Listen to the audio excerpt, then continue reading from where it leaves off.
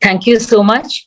And I really apologize for this. It's just that it's just been a very hectic phase, and I have to. I'm at the Jaipur Lit Fest where I had to steal time and come here, and then I have to do a couple of. I'm still working, and I have to briefing to do with the Uttarakhand team later at 10 o'clock. So thank you so much for inviting me. And Preeti, by the way, that was beautiful. I think the rights and responsibilities and vulnerabilities of Muslims, as the topic goes, I think a lot has been said about it, but I must express my disagreement at the outset at this topic, because after 75 years of having gained independence, that we still seek our identity, members of my community. And I'm from Kanpur. I'm daughter of a Maulana. Deoband Seminary gave the title, this khitab of Ilmi to Abba. And that's where I come from, Kanpur, Chamanganj, which was completely a Muslim, predominantly Muslim area. Where I still, after 75 years, of independence, that we still see our identity as that of minority, and see ourselves as that is to me is disagreeable to me, because I really feel, and I and not that since I've been a child I have been treated as an equal. There have been instances when people have told me many times that. Why didn't you go to Pakistan? I remember being a little girl standing at an ice cream vendor in St. Mary's Convent, Kanpur, and young girls coming to me and saying, "Tum log to Mohammedan ho na?"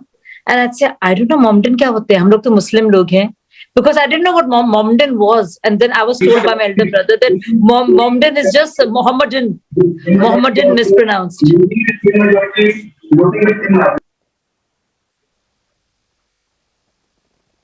Sorry, I muted.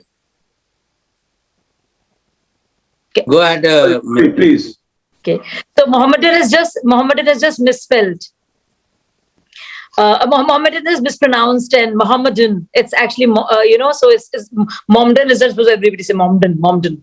So but for every slight that I endured, there were always those who also who gave me not just adequate love, but also the I was more than an equal.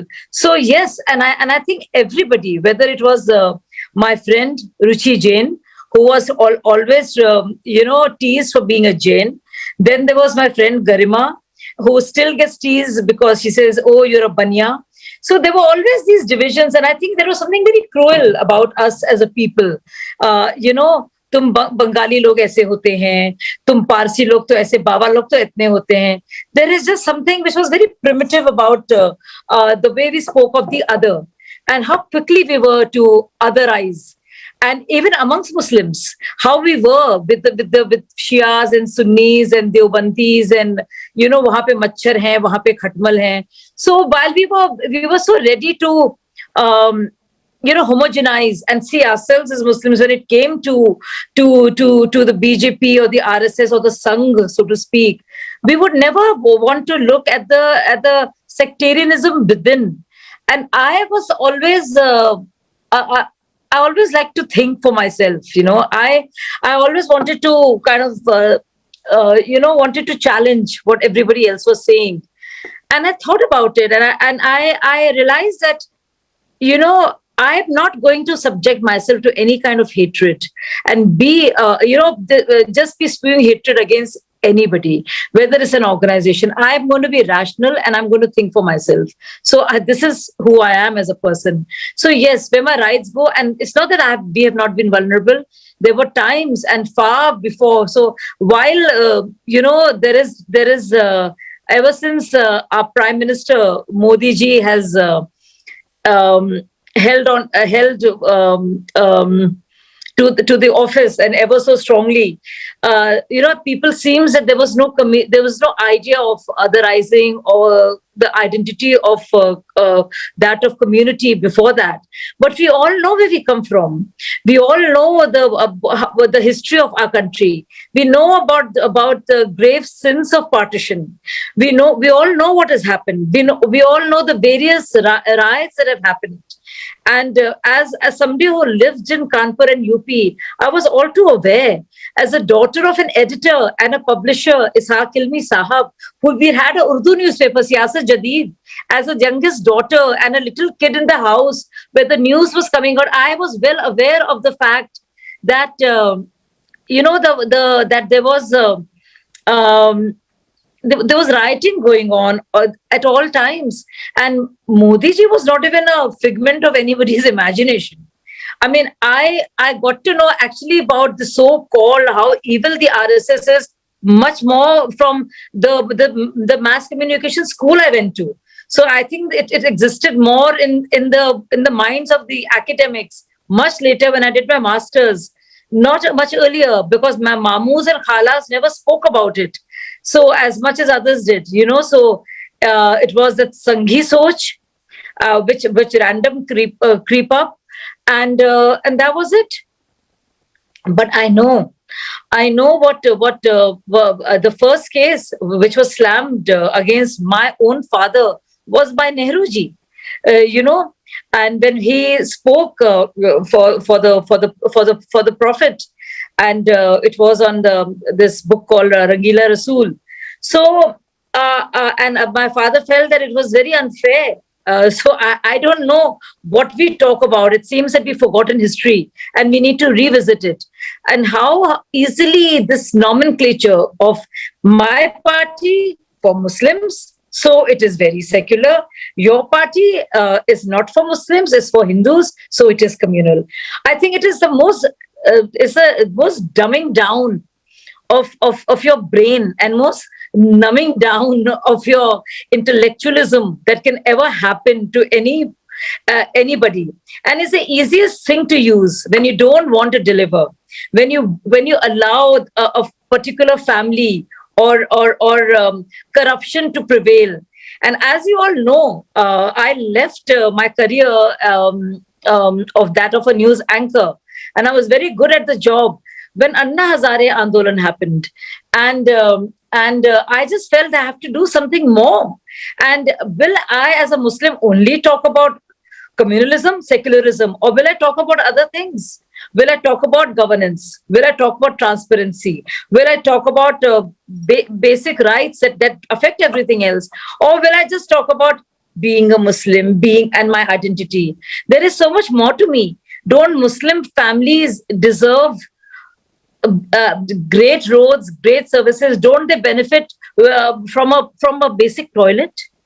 I mean, doesn't a Muslim woman need the same thing as a Hindu woman does? Ahirs, Jats, Kurmis, Swarans, and the Dalits, don't the very poor need the very same thing?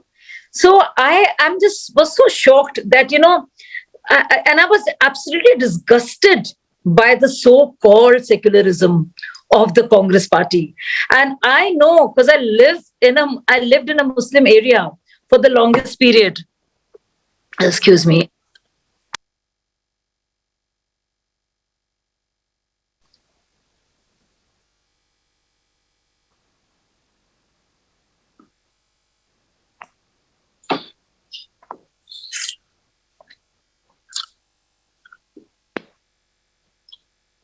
Faisal, what happened?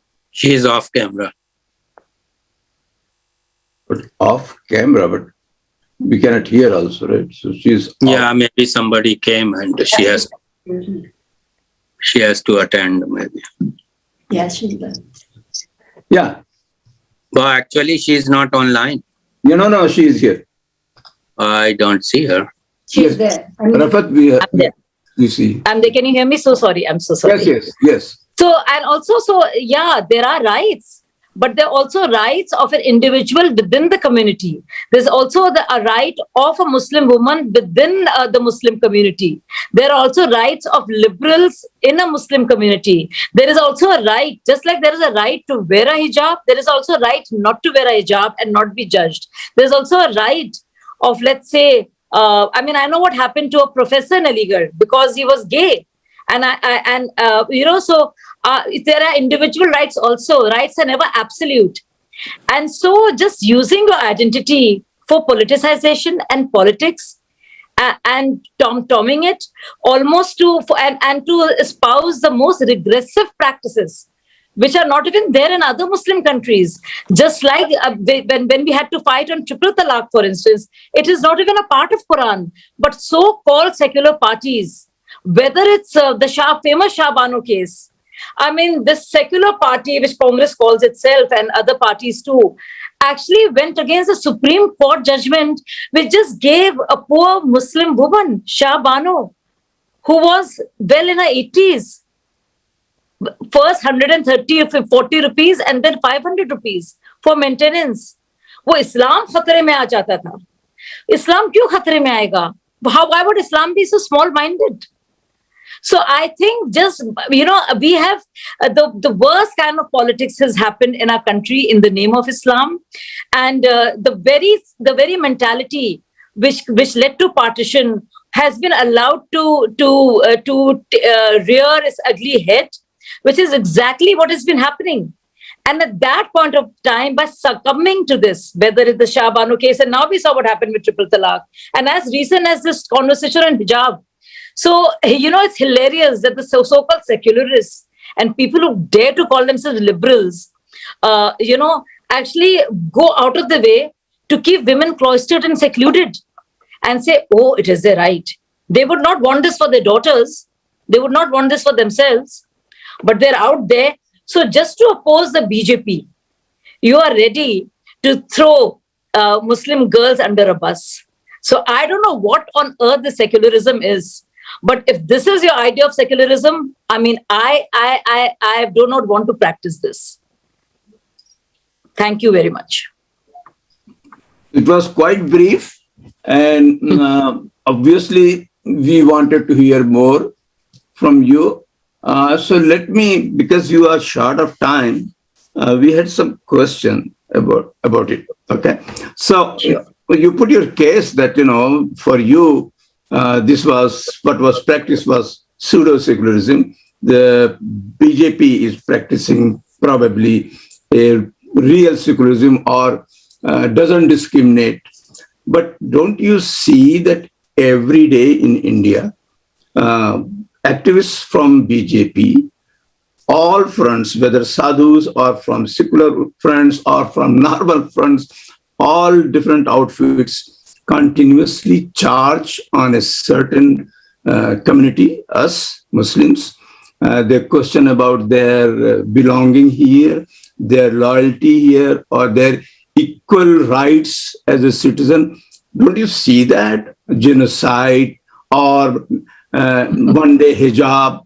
Why they have to question? Why they don't question on tilak? Why they don't question on tika or sindoor? Why they question others? Can I answer? Like that? Yes. So I don't know where you... No, I think you're totally misinformed. I don't know where this word genocide has come from. I mean, I'm sure there is some leftist, fake secularist who is sending some weird manufactured WhatsApp from the imagination of his mind. There have been no communal rights in the very history of India for the very first time.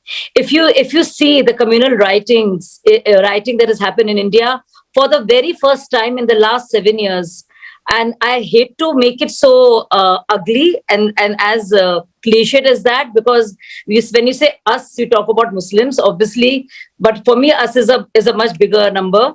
But if I just want to think of myself as a Muslim, let me tell you, the least number of Muslims have been killed on the watch of the so-called, not secular party. So True. BJP does not tom secularism, but in terms of giving anything half decent to anybody, whether it's your basic, so it's one thing to just keep running the propaganda machine. Muslims are very vulnerable. Muslims के साथ ये हो सकता है. and not doing anything for them, and just living and sucking the blood out of them and using them as vote banks. For the very first time, Muslims and the poorest of them, the poor ones, I'm not talking about the rich ones who have the luxury of the ideology, so to speak, and they can do whatever. I understand, but you see, when you say that there are no riots happening, show me any information. Okay. Show me, I no understand. BJP activist, no BJP minister, no BJP office bearer has ever spoken anything against any Muslim whatsoever. That is surprising in the sense that... No, if you can quote any fact to me, I mean, in your imagination, if things are happening, then, in my imagination... Hold on. Let me just ask questions, okay? You can answer whatever you want to say. You said that there is no... I can only answer to facts, sir. I can't... of course, that's fact to you. I understand. That's fact to you. This is a terror in the sense that whether it happens through riots or through lynching. This is the first time in our country. Exactly. Lynching. Do you know how many Hindus have been lynched? Do you know how many Dalits have been lynched? Do you know the Sikh lynchings? Do you know the Nelly and all the massacres? And do you know what has happened in each state? Do you know that there is why would you attribute it to the BJP? Lynching, just because those three names were made into a propaganda machinery. How does it become a BJP issue? They were done at the time of Akhilesh Yadav. What has BJP to do with it? So partition happened. No, I'm asking you. Partition happened in a country. So you would say that happened because of BJP? No, not at all. Jallianwala happened. No, Jallianwala happened. Was that because of BJP? You can blame BJP for everything. I mean, we are not. No, please. What is this?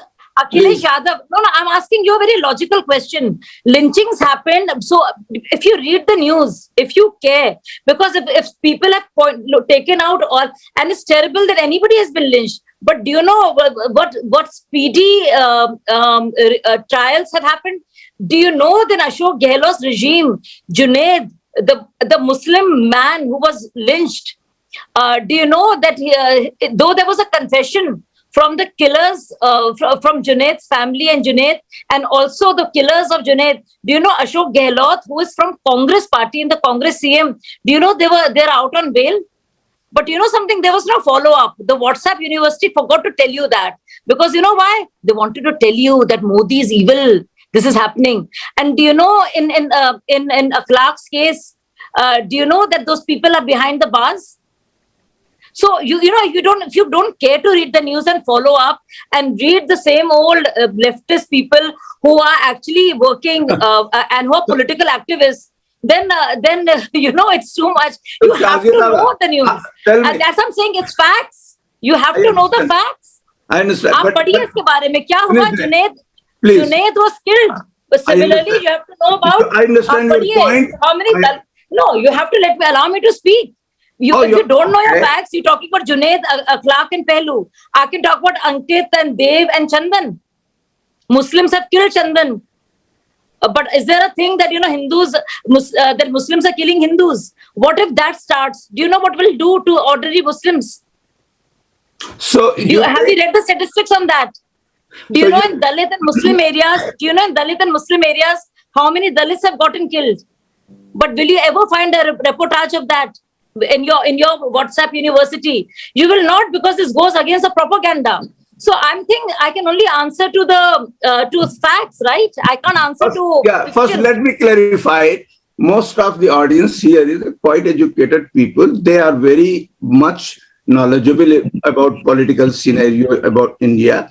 And they are not just... Yet they did not know that Ashok Gehlot's government let off the killers of Junaid.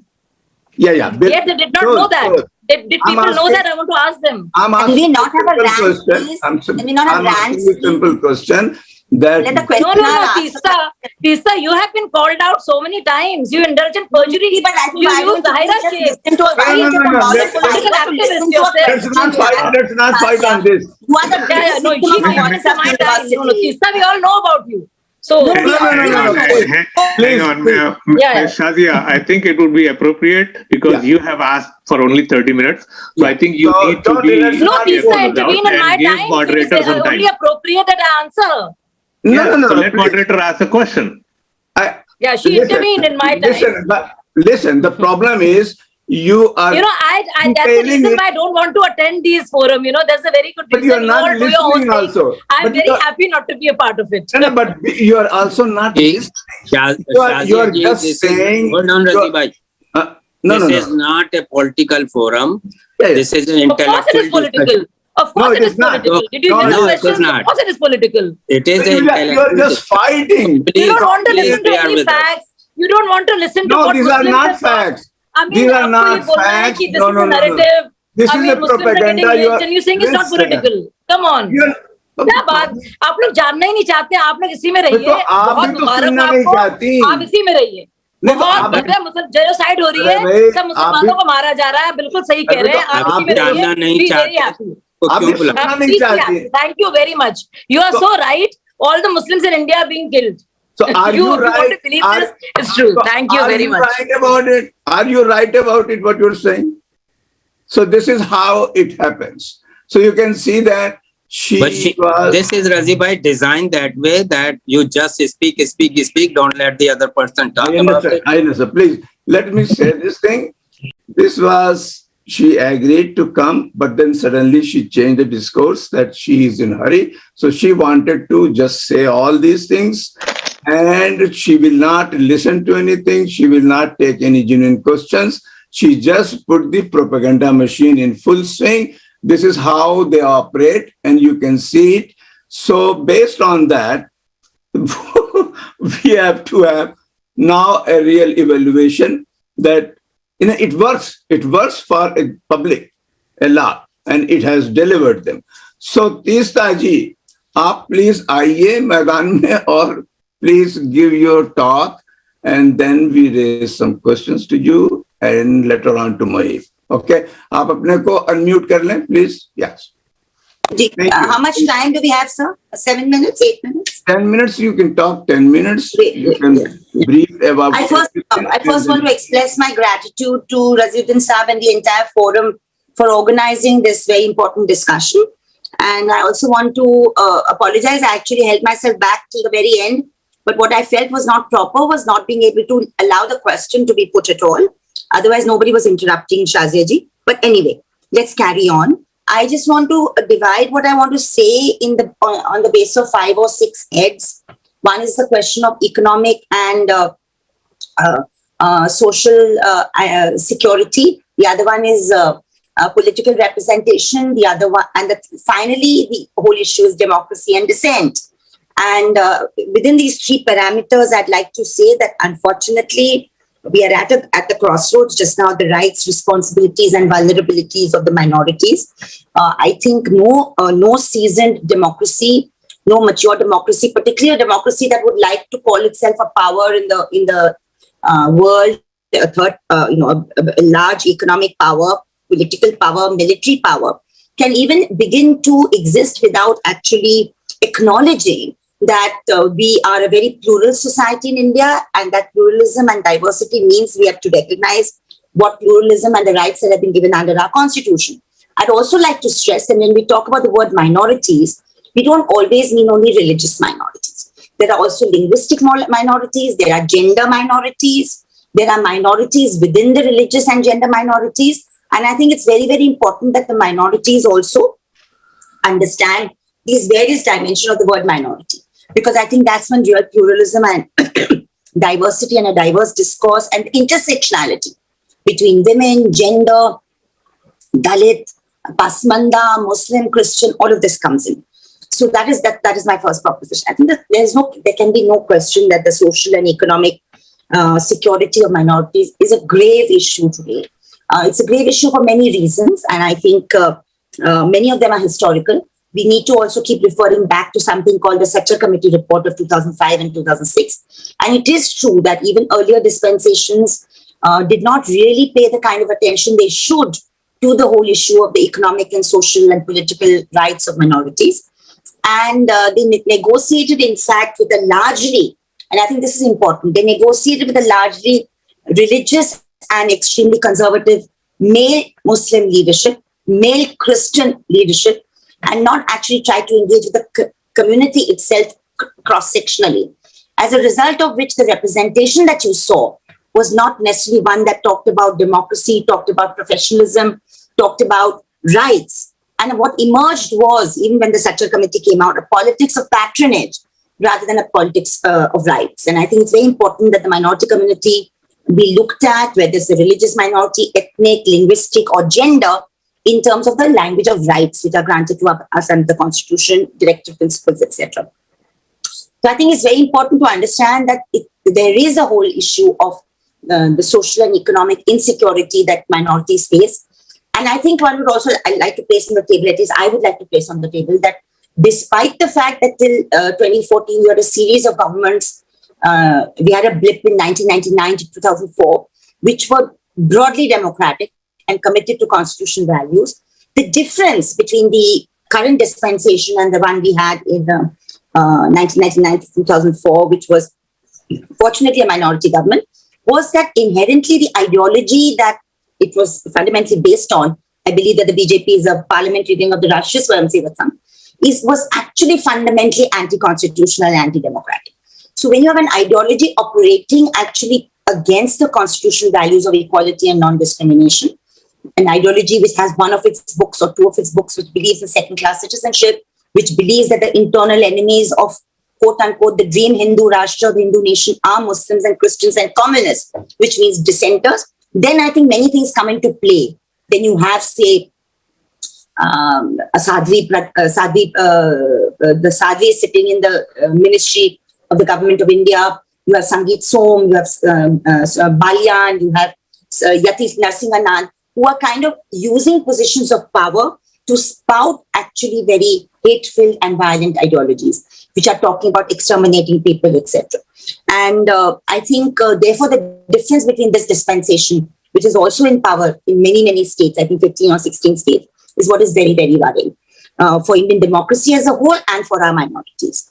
So I think we need to argue that the social, economic, and political security of minorities is under really and particular threat today, though historically there has been a denial, as the Secy committee report has shown, and Amitabh Kundu's report, which is a follow-up to Secy, has shown that not enough policy initiatives, not enough affirmative action has been taken to reduce this gap of social and economic denial. So, for instance, the Secy committee pointed out, and so did the Amitabh Kundu report, that what we need actually is an equal opportunities law. What you need is adequate incentives for microfinance, MSMEs, and representation.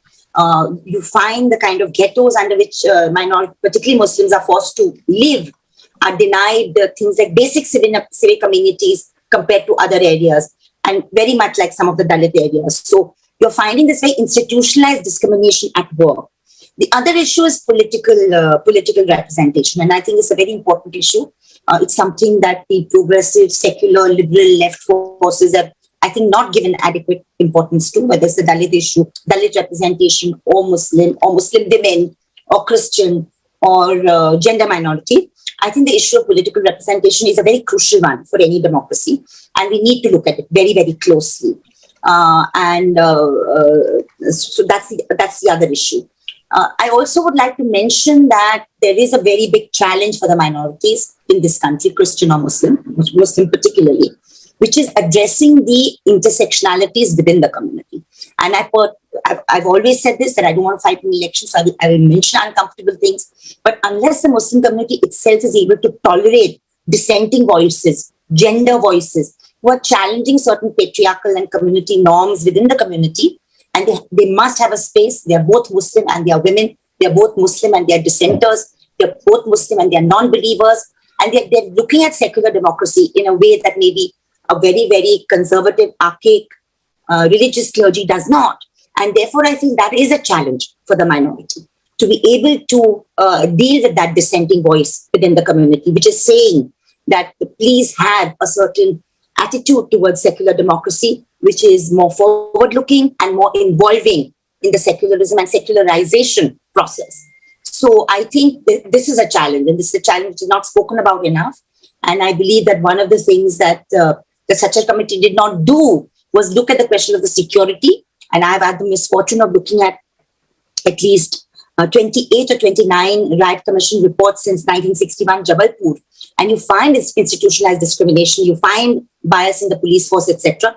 But we also find that there are voices emerging from the largest religious minority, Muslims, and the Christian community, which is challenging some of the patriarchal and undemocratic notions that is spewed by the leaderships of those communities. And those need to be strengthened, those need to be supported, because these communities are not hegemonic at all. So whether it is a triple talaq issue, it's a very important thing that Shazia brought up, but of course in a typically perverted way. The whole triple talaq issue, the polygamy issue, the issue of halala, these issues have been flagged by secular democratic groups within the Muslim community, women within the Muslim community, and saying that saying that these are not Islamic practices, they are perversions which have been brought into the Indian Muslim community, where the Indian religious clergy is not condemning them. So therefore, we need to take a stand about them because they are oppressing our own women. Obviously, they oppose criminalization of triple talaq, where the Muslim man is criminalized. But I think because not enough steps were taken, you have a BJP, an extremely rapacious, aggressive, proto-fascist power, then taking the advantage and enacting the law. So I think these are challenges, real challenges we have. And I need to also say for a few minutes that, particularly because of the kind of things Ms. Ilmi said, which was so problematic, that just look at the climate in our country post-2014. It's of course we know what happened in 1984 with this. She never mentioned the Sikh community in Delhi. Of course we know about Delhi. We know about my city, Bombay, 92-93. We know Gujarat, 1969 before 2002. And we know that the governments in power did not take adequate stands to punish the perpetrators or to take steps against institutionalized killings and discrimination. But Gujarat 2002 onwards took it to another level, complete another level. And this kind of societal and institutionalized violence and the hate speech that we have seen being espoused from those in positions of power from the day the present Prime Minister took office, and the silence of the political leadership of the country when hate crimes take place is something that we need to take note of. We cannot not speak about that. And I think just since the day before yesterday, when we saw the victory in Uttar Pradesh, which has disturbed many of us all over again, we know that the bulldozer is today the metaphor for the victory. And, it is very convenient for the Chief Minister of the state to say we're talking about bulldozers against only one particular community's mafia. But anybody who knows Uttar Pradesh, and we work on the ground there, we work in Purvanchal, we have a team there, knows it was used particularly to threaten Muslim bastis and Muslim neighborhoods. We know what happened in 2017 when this party came to power in the state after several years, and the entire community of meat cutters and meat makers, I don't like to use butcher, it has a particular connotation, were brutalized. We know the terror and intimidation that the community is living under, and therefore I would like to offer some hope, though the victory has not been there. I'd like to say, and Mohib Saab and I, we've been talking every other day on WhatsApp, that while it is true that there's not been a victory for the secular parties, 80 seats up for the Samajwadi Party and a narrow loss in 60. Most importantly, 11 hate mongers, particularly from Western UP, and even the most atrocious one called Raghavendra Pratap Singh in Domariaganj have lost. Saida Khatun has won there. Many Muslim candidates have won under RLD and SP tickets. We have a representation of 36 Muslims in the Vidhan Sabha now under the present government. And it's going to be a huge challenge. The repression is going to increase. Already you have FIRs against protesters who have protested the lack of the election commission's impartial monitoring of the elections. And the repression will continue. So there's a huge challenge for us to kind of be able to respond to the crisis that faces the Indian Muslim community today, the Indian Christian community also. The Evangelist Fellowship has accounted for 300 attacks on the Christians last year. If you look at Assam and we look at the 19 lakh people who have been excluded from the NRC, another 2.2 lakhs have been excluded as D-voters and are called declared foreigners. So we're talking about 2.2 million, 22 lakh people who are living under the shadow of being called non-Indians. Not all are Muslim. Only about 27% are Muslim. The rest are Santalis, Rajbanshis, Hindi speakers, etc. So of course, the political target of this kind of policy is the Muslim community. Constant patriotism tests are placed, etc. But eventually, when policies play out, the migrant labor, the working class, the OBC, the Dalit, the tribal, the Adivasi, all comes under attack. So I think the real challenge for us is to constantly forge these multiple identities and build these multiple alliances so that there is not this hegemonizing sense that only one minority is being attacked. I think this country, just like many other countries of the world, saw a huge tragedy last year when the COVID deaths took place, and those have been undercounted. Families have gone through huge distress. We are facing economic job losses and huge inflation. Growth is not happening because there's a wrong kind of growth, which is crony capitalism, which is missing. And this is affecting, of course, across the board, all Indians. But of course, it's affecting those sections among the minorities who are under the social and economic levels. And a large section of them are. So it's a huge challenge. The responsibilities, I would like to say, there's a huge responsibility on the Indian majority community to build programs for social cohesion and inclusion. And I think it's also a responsibility of the Muslim minority, Christian minority, Sikh minority, Adivasis, Dalits, to also move towards, by protecting their own rights and demanding their own share in the sun, also to build social programs of social cohesion. I'm open to answer any questions. I hope I'm not taking too much time. Thank you. No, you have not taken much time. Actually, we wanted to hear more, but can you, because the format today was a little different, so I have to raise some questions for all, but later on, the audience will also ask some questions. Sure. The prime problem is, you have just seen one speaker saying all that. So, but there is a perception built on that ground. So how the Muslim community can really defend its association with secular parties when they become the target. And when they become the target, the secular parties really do not come to their defense that aggressively. So it is real problematic. They don't want to go to BJP because, unlike the Shiv Sena alliance with the secularists, BJP is unwilling to do anything, any kind of gesture. So Muslims are bound to go to Congress or secular parties. But when they are bound to go to that, the reverse, the other side, who is getting their votes, is not coming very aggressively to protect them or to stand with them. So how this can be played and for how long? And in that scenario, out of frustration and all those things that come into play, what Muslims should really do at this juncture? Actually, it's a very, very good question. And it's something that I've been grappling with for the last several years, but particularly over the last 3 days, because I've been talking, I've had at least 26 Zoom calls across with activists and friends in Uttar Pradesh. Many of them, 80% of them Muslim community leaders and people we work with very closely. And the same question is coming up that, if there is 88% of the Indian of the UP Muslim has voted for the Samajwadi Party this time. We know that Akhilesh ji unfortunately did not become very active vis-a-vis the election till 4 months before. There were so many issues that the UP Musliman faced since 2017. Loss of livelihood, attacks, the CA protesters, false cases, demonization, hate speech. Where was Samajwadi Party at that time? It was a very valid question that they kept raising. And the feeling also that if we don't articulate this openly to the Samajwadi Party leadership, then what will happen there is really scary. Is like what happened in Gujarat. I watched Gujarat very closely. I know Gujarat since 1986, apart from the fact that my ancestors come from there, is that Muslim community has stopped voting. They have withdrawn. Not many of them can bring themselves to vote for the BJP.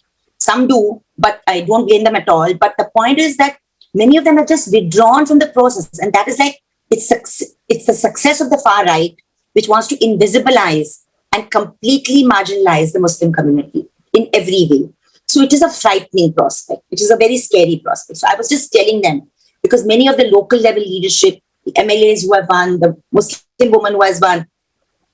I said the civil society, people like us, activists, need to work with the political opposition and put pressure on them that you cannot afford to be silent.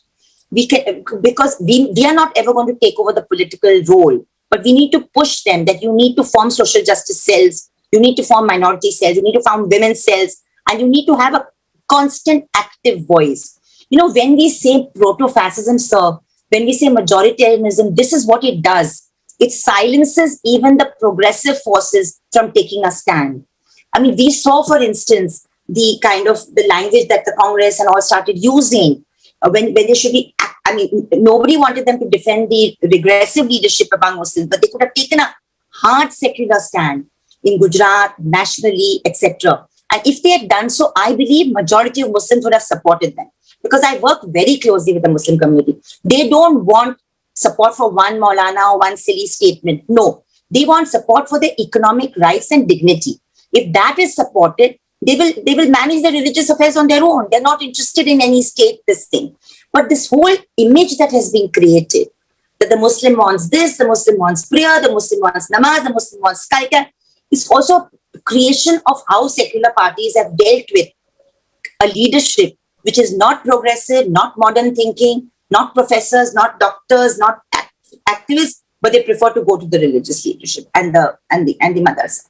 So it's a difficult time we are living through, but I think we all have a role. And as activists on the ground, I think we cannot abdicate our role of putting pressure on the political opposition that it cannot be afford to be silent. Okay, it also needs to fight the election commission. I mean, the mockery that the institutions have become. Election commission is not taking independent stands. The opposition says a few things at the time of elections and then doesn't take the battle forward. So there's a lot of discomfort with the cadres. At least pick up 7, 8, 10 powerful cases and fight those cases out. You have the resources, you take them to court. Even if you win some of those cases, you'll be able to jolt the commission into some sort of response. But non-engagement is not the answer.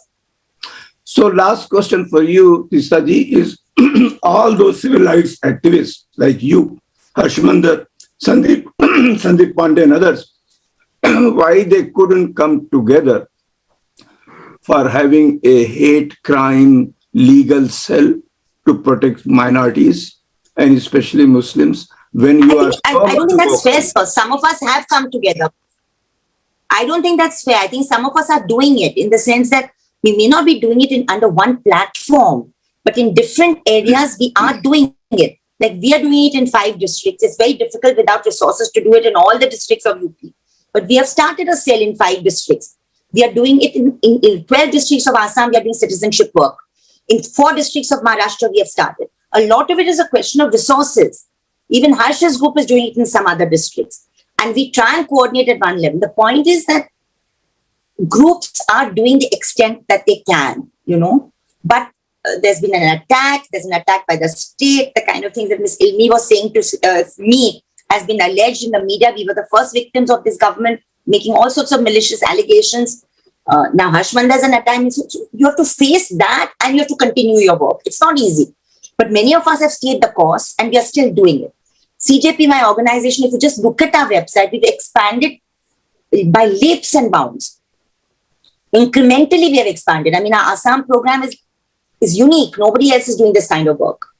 So the point is, we need to build a nationwide, district-wise legal aid thing, but it takes resources, it takes strength. We have sworn never to take FCRA now. We are raising our money only domestically. So all these are very, very big challenges for us, Well, you were the target number 1 for the FCRA. Yeah. So no doubt. So let me now invite Professor Mohibul has Haque, and after his mini talk is over, then few questions will be raised for him, and then we will be open for audience. Okay, thank you very much. And Dr. Mohib, please. Thank you, Razi bhai. First of all, my sincere apologies to Teesta Setalvad for what was said in the session.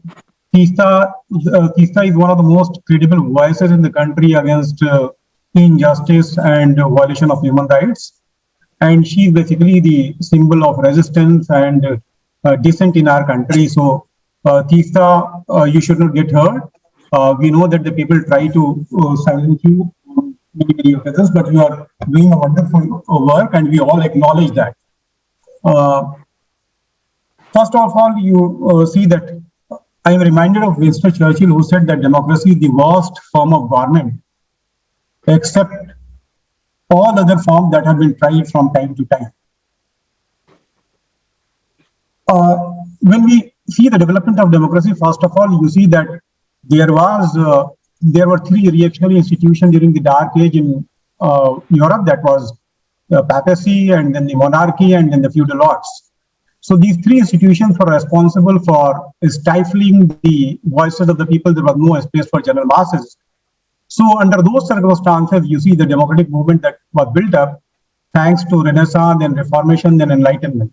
And this is the reason that you will find most of the theories, they say that democracy is an Enlightenment project. But what has happened, you see that the first thing that we find in a democratic project is that there is a trust or faith in the rationality of man. Then man is a rational creature, or he or she can know what is good and what is bad for him or her. And nobody should be there to tell people, so long as they are not harming others, that what to do and what not to do. So that is what we call individual freedom becomes the cardinal, foundational pillar of democracy everywhere. So democracy cannot be visualized without granting what is called individual freedom or the freedom of conscience. But there is one problem with this democratic project. Democracy overemphasizes what we call individual freedom without taking into cognizance the collective rights. So that dichotomy, the conflict between individual rights and collective rights, that is one thing that the liberal democratic project has not been able to resolve. Of course, new theorists like Will Kimlicka and Viku Parekh, they are coming up and they are saying that the issue of multiculturalism is very, very important, especially when we are talking about the diasporas in the different countries of the West. But at the same time, you'll find in democracy there is, the principle of non-discrimination and equality that is emphasized. And when we say that principle of the non-discrimination in democracy is, equality is something that should be there, it means there cannot be a special safeguards, or there cannot be, a special care for the vulnerable groups in the society. And that is problematic for most of the liberal democratic projects in all over the world. Basically, the moment you try to do something, that is called, there are people who are unequals. So the equality can be among equals and inequality among unequals. That is the principle of equality that we have to understand. So this is the reason that you will find that who are minority, first of all, we have to understand.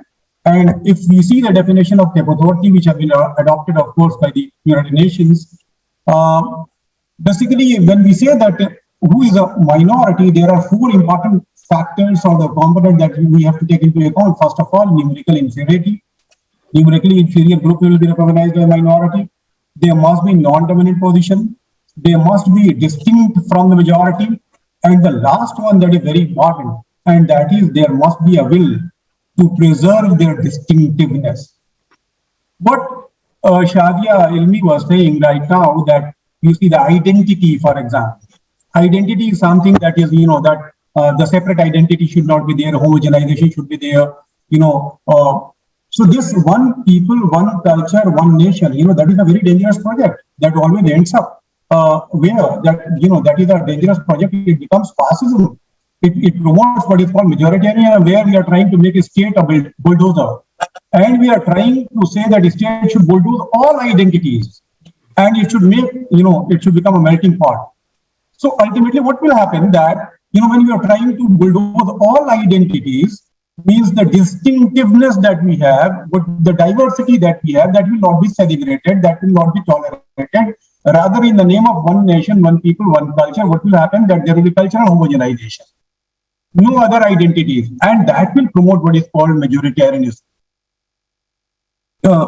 Keeping in view, the theoretical aspects, the two important thinkers from the liberal democratic project we should take into account. Number one is John Locke, who is, of course, father of contemporary liberalism.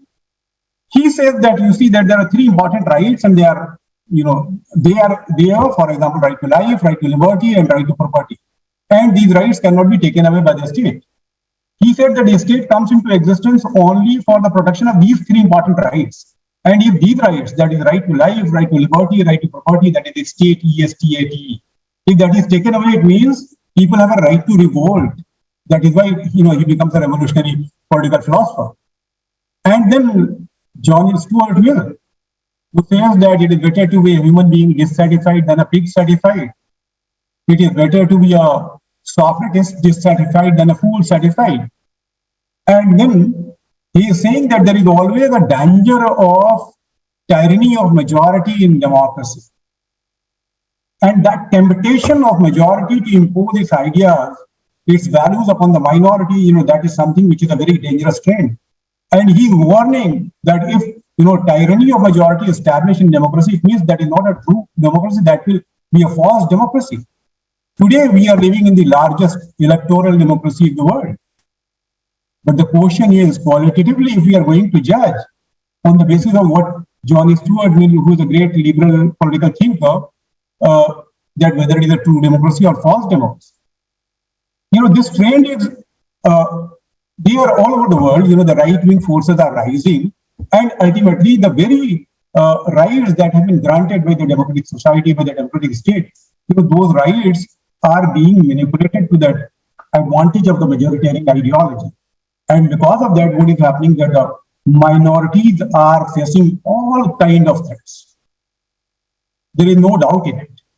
Minorities are facing threats everywhere. You see, for example, I was going through a data and I find that in the United States of America, the Afro-American community, that is black community, that, they are 14% in number, but their representation in jail is around 30%.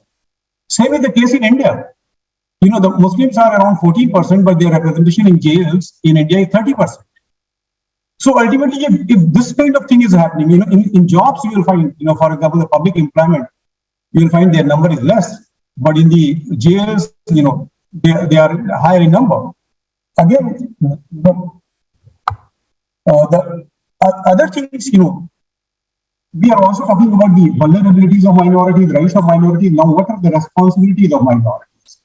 I know that the Teesta Setalvad was pointing out that within community there are voices, and these voices of dissent, they should be respected. You cannot justify, for example, a particular political body or a particular religious body from our community, for example, Muslim community, saying that there should not be what we call abolition of child labor, abolition of Child Marriage Act. They are calling for abolition of Child Marriage Act.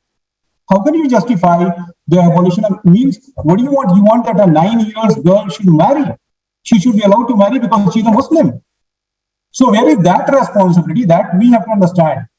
And in the secular space, especially when we are going to interact with others, we have to keep in mind the same project that I started, that the trust in the rationality of man, the trust that every individual, so long as he or she is not harming others, what John Stuart Mill says, other regarding action. In the self-regarding action, she or he should be allowed to do whatever she or he wants. And here comes the justification for what we call the rights of sexual minorities as well. So these are the points that the minority community also has to understand. And last point that I will mention here, especially in the case of the Muslim community, that you will find that the fiqh that was developed in the Muslim society and the fiqh that we are following, the different schools of thought, most of those things developed in the countries where Muslims were living as majority, and they were also ruling. Now, there must be, there are doors of ijma and ijtihad in the community and the qiyas. On the basis of that, the minority jurisprudence, or how a Muslim should live as a minority in a country that is being dominated by other communities. That is also something that should be pondered over by the Muslim community. Razi Bhai will say that you are trying to bring religion into this democratic secular space, but keep in mind that the Muslim society especially cannot be reformed without understanding the normative value of Islam. And that is why I'm trying to invoke this particular point. And lastly, you see that what we should remember that these days there is a fashion that we talk of, this is the last point, Ravi bhai, that we talk of this political party and that political party, that BJP did that and Congress did that. But the point is how a particular state, like Indian state, is dealing with the minorities. It is not the particular political party, it is not the particular political, it is not the particular group. But what is the responsibility of the state? How a state is dealing with the minority, whether it is 1984 anti-Sikh riot, or whether it is 2002 Gujarat, or whether it is recent Delhi riots. We cannot say that Congress did that and the Samajwadi did that, or Muzaffar was the kind of Samajwadi party. The basic question is, where is the responsibility of the state and the apparatuses of the state? Why police, for example, Sri Krishna Commission report, I quote from there, a police inspector is saying that when a helpless woman is calling that I need help, and he says, and I quote from Sri Krishna Commission report, that if a Muslim is killed, one Muslim will be less, unquote. Why this kind of attitude? The most visible manifestation of a state is police, and during the communal riots, it becomes very difficult to get protection from this most visible manifestation. Thank you very much. Mohib Saab, very well said. But the only one question I am going to raise is what Teesta said, is that we are talking all about the abuse of the government on minorities, but minorities realizing this, that governments have been very abusive and at least not very conducive to their health or interests. Why Muslim community themselves never take any step to improve their educational, their political, their social structure? I mean, take, for example, your institution, our Aligarh Muslim University, largest campus in the country, probably the best place housing all the Muslim intellectuals. There is not a single movement coming from Aligarh Muslim University on any educational, social, political activism at all. No articles written from their intellectuals, no mass contacts, nothing. Maybe Jamia has done a little better in that sense, but why there was no effort from the community itself? Unless their majority sees you as active, actively engaged in this process, they will consider you that these guys just want some kind of help and that's it. They themselves are not getting all this, trying to do anything. What is the answer for that? Okay, Razibhai, that's a very good question, but let me first of all make it clear that if you go through the Secy committee report, one thing that you'll find about the Muslim community, and that people hardly highlight, that, when all the socio-religious groups that were studied by the Secy committee, it was found that the Muslims, as a socio-religious group, if you see, they are the people, the highest number of self-employed people, they are from the Muslim community. But they are self-employed. Without the help of the state, most of these people are self-employed.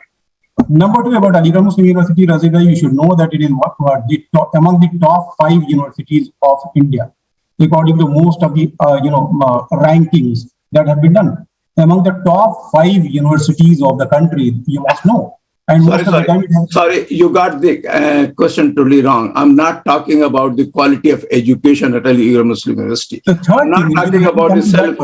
No. I'm talking about, give that answer as a political scientist. What is the rationale about this, that the minority community, knowing very well that the governments have really abused them, why they themselves couldn't rise above this thing and created a space for themselves politically, socially, and otherwise on all that? Don't talk about the number of papers and articles, things. Why, as a leader, why you couldn't come up? Or any of the institutions, Muslim institutions? No, Razi bhai, I will say one thing that, when we are talking about Aligarh Muslim University, why we have not been able to. First of all, we should not underestimate the power of the state.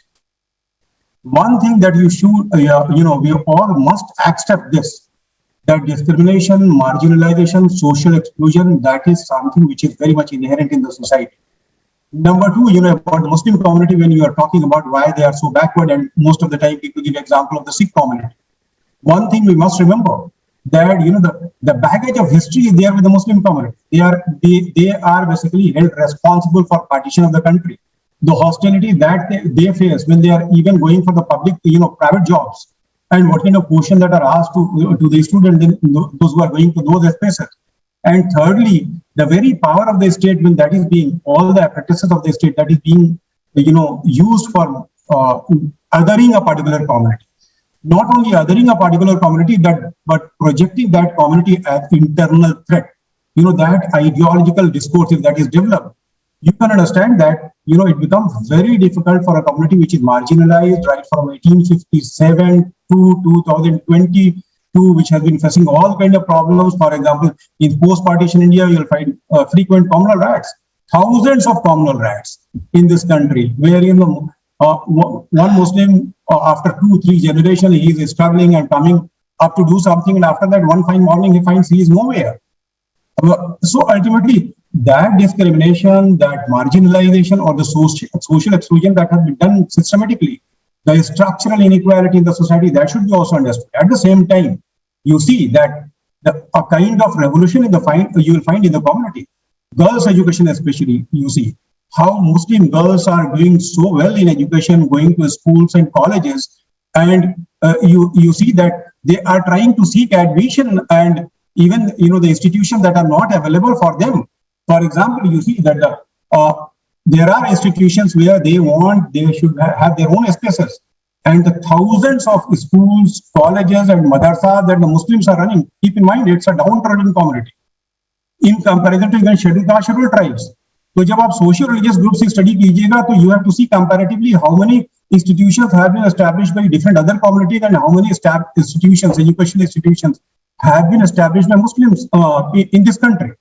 आप देखेंगे chain है, and by that way they have tried to maintain their own identity, they have tried to preserve their own identity, they have tried to preserve their own culture and tradition, and that is something that should be appreciated. All so right. this, Yeah, we got it. So let's stop. Can I add something here? Can I just say something here to this question, please? I just like to say something. I fully empathize and agree with what Mohib Saab is saying to a large extent. But I think one thing, Mohib Saab, which we probably ignore as the more privileged sections of society, is the class and caste dimension among Muslims. And I think is also responsible for some of the issues that I think Razi Saab was talking about. I think there is been a kind of a blind eye turned to the entire Pasmanda working class section of Muslims, who are the same people you say who are self-made, who are employed themselves, etc. And I think because of this entire non-recognition of that larger section, a whole lot of creativity and creative ideas have not been able to come to the fore. That is my feeling also. I mean, I just like to humbly suggest that, because some of the institutions we are talking about, of course, they're very admirable. What all they've done, they're very good in terms of academic excellence. But they could have open the social structures in a more democratic way, which I think maybe has not happened. Yeah, I think Mohib became very defensive about what we have done. Yes, you have done enough enormous things in India, but really we have to do far more better than that on social reform and activism and all those things. Let's stop here. Faisal, just show the next week's announcement, and then Dr. Rafat Hussain will take over as a moderator for the audience. Okay. Faisal, are you there? So, Rafat, Faisal, are you there?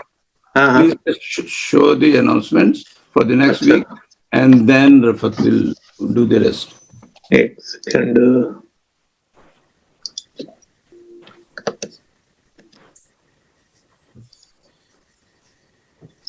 Ji. Next week, we are going to have a very good combination of scholars, two iconic families coming together. That was an idea given to me from Ashish Tripathi, a senior journalist from Times of India, that we should bring grandchildren and children of Mahatma Gandhi and Netaji together deliberately, because BJP these days are trying to, they are trying to own Netaji, that, he was a dissenter and didn't like the Congress. That was totally untrue. So anyways, Professor Sugata Bose from Harvard, who is a grandnephew, and Professor Anita Puff from Germany, who is a daughter of Netaji, and of course, Professor Rajmohan Gandhi, grandson of Mahatma Gandhi. They are together in coming week, and they will talk about Indian national and Hindu nationalism, lessons from Gandhiji and Netaji. And is another announcement is for tomorrow, which is unrelated. Unrelated in the sense that it is not a regular part of this Indian diaspora. Many people are discussing since a couple of weeks or rather a month on Aligarh Forum about the proposal for establishing a coaching guidance information center. And so everyone is welcome. Same Zoom link, same time tomorrow. Thank you very much. And now over to Dr. Rafat Hussain, who will be moderating this section. Rafat. Thank you, Rajibai, and thank you, everyone. Thank you, Professor Haque. Thank you, Shazia Ilmi and Teesta Setalvad. So it was an interesting day today. And so the session is open for the question and answer. There are a lot of questions in the chat box, but those were most likely they were for Ms. Ilmi. So if you have interest to ask a question to these two speakers, please show your interest in the chat box or raise your digital hand. So let me begin with, okay, so Rudranshu Singh and Tariq Farooqi, because I don't know, these hands were raised long time back, whether they really want to ask the question now. So Rudranshu, please go ahead.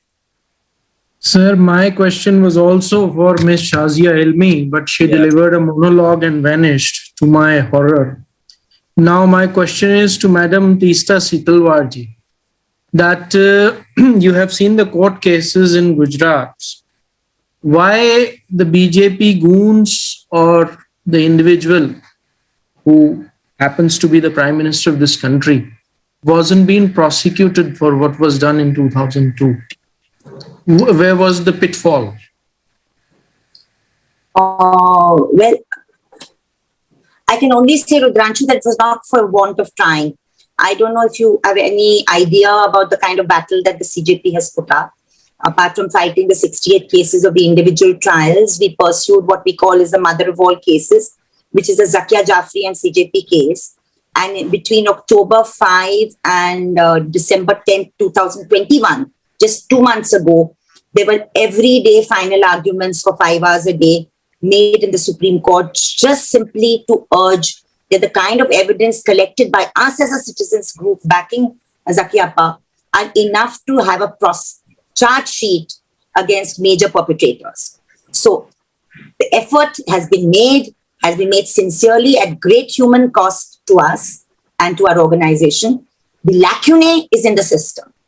I mean, if you have a system which is tottering, if you have a definition of democracy which is just an electoral democracy and does not take the constitutionalism seriously, then even the Election Commission and the judiciary are targets. And there is a certain reluctance in our country, political and judicial, to actually prosecute powerful perpetrators. Look at the history of, say, the 1984 anti-Sikh pogrom. Look at the Nelly massacre. Even today, the victims of the Nelly massacre in Assam, which nobody talks about. 18th of February, 1983, 2,500 Muslims slaughtered in 5 hours and at least 5,000 over the period of 4 days Bengali speaking, very poor working class Muslims and other minorities, largely Muslim. There were no prosecutions. We've not had prosecutions for major targeted crimes in this country because there is an institutional reluctance to prosecute. The state is a prosecutor in this country, and we fought very hard in the Gujarat cases to get victims and complainants to also prosecute cases. So we managed a small amendment in the criminal law so today victims can also take perpetrators to court. But it's an uphill battle, tardiness of the courts, delay in cases, lack of independence of investigation, lack of independence of prosecution, judicial delays, lack of time-bound trials. All of these contribute, apart from an institutional reluctance, stroke bias to prosecute the guilty. Thank you. Okay, Tarak Bhai, do you want to ask question or it was for? No. I had an earlier question. Thank you very much for Shazia Ilmi, but she manipulated us all and showed what a true politician in India looks like these days. Yep. But I do have a follow-up question with these two people. Regarding the recent elections, and they are in India, they can give us a better, a review of what has happened, in spite of the fact that all the signs were towards massive victory for the Samajwadi Party in UP and other places. The opposition was supposed to do better, but BJP prevailed anyway, in spite of massive misgovernance and all the other things that had gone on in the last few years. So what happened? Okay, that's a very big question. So please be brief because I know there are different opinions about that, but let's hear from the No, speaker. not our opinion. We already... Mohibul, would you like to go first? No, Teesta, you should go first. Thank you, sir. So I sort of briefly referred to this earlier, and I'd like to repeat that, yes, there's no question that there is a victory for the BJP. They've got close to 42% of the vote. The Samajwadi Party is 80 seats up, but has narrowly lost in 60. So whether that could have been close to winning or not, if the Election Commission had functioned really impartially as it's supposed to do, is a question up for grabs. It's an academic question now because the results are out. But what I would like to say, and I'd like to repeat, that in the 9 to 10%, not 6% difference between the BJP vote and the Samajwadi vote is a challenge.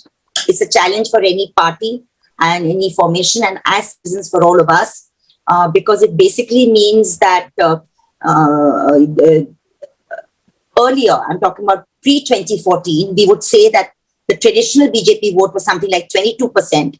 And what has happened with these Modi Amit Shah's rise is that traditional vote has gone up to 32%.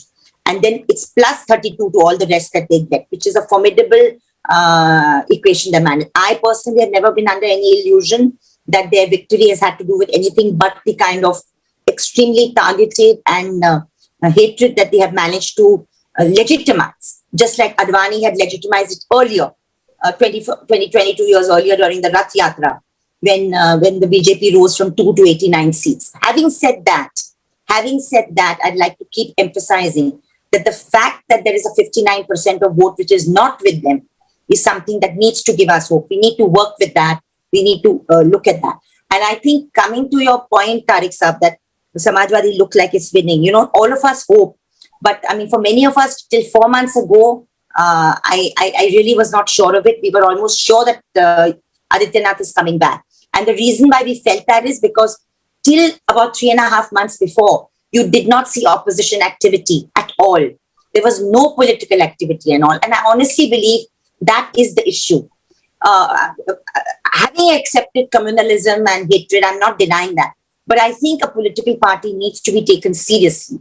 And you had, over the periods of 4.5 years, so many issues, including minority exclusion issues, which the party should have agitated on the streets, in Dharnas, the COVID deaths issue, so many issues. But if you're not available to people when they are in deep distress, then I feel a certain credibility and seriousness in the electorate goes away.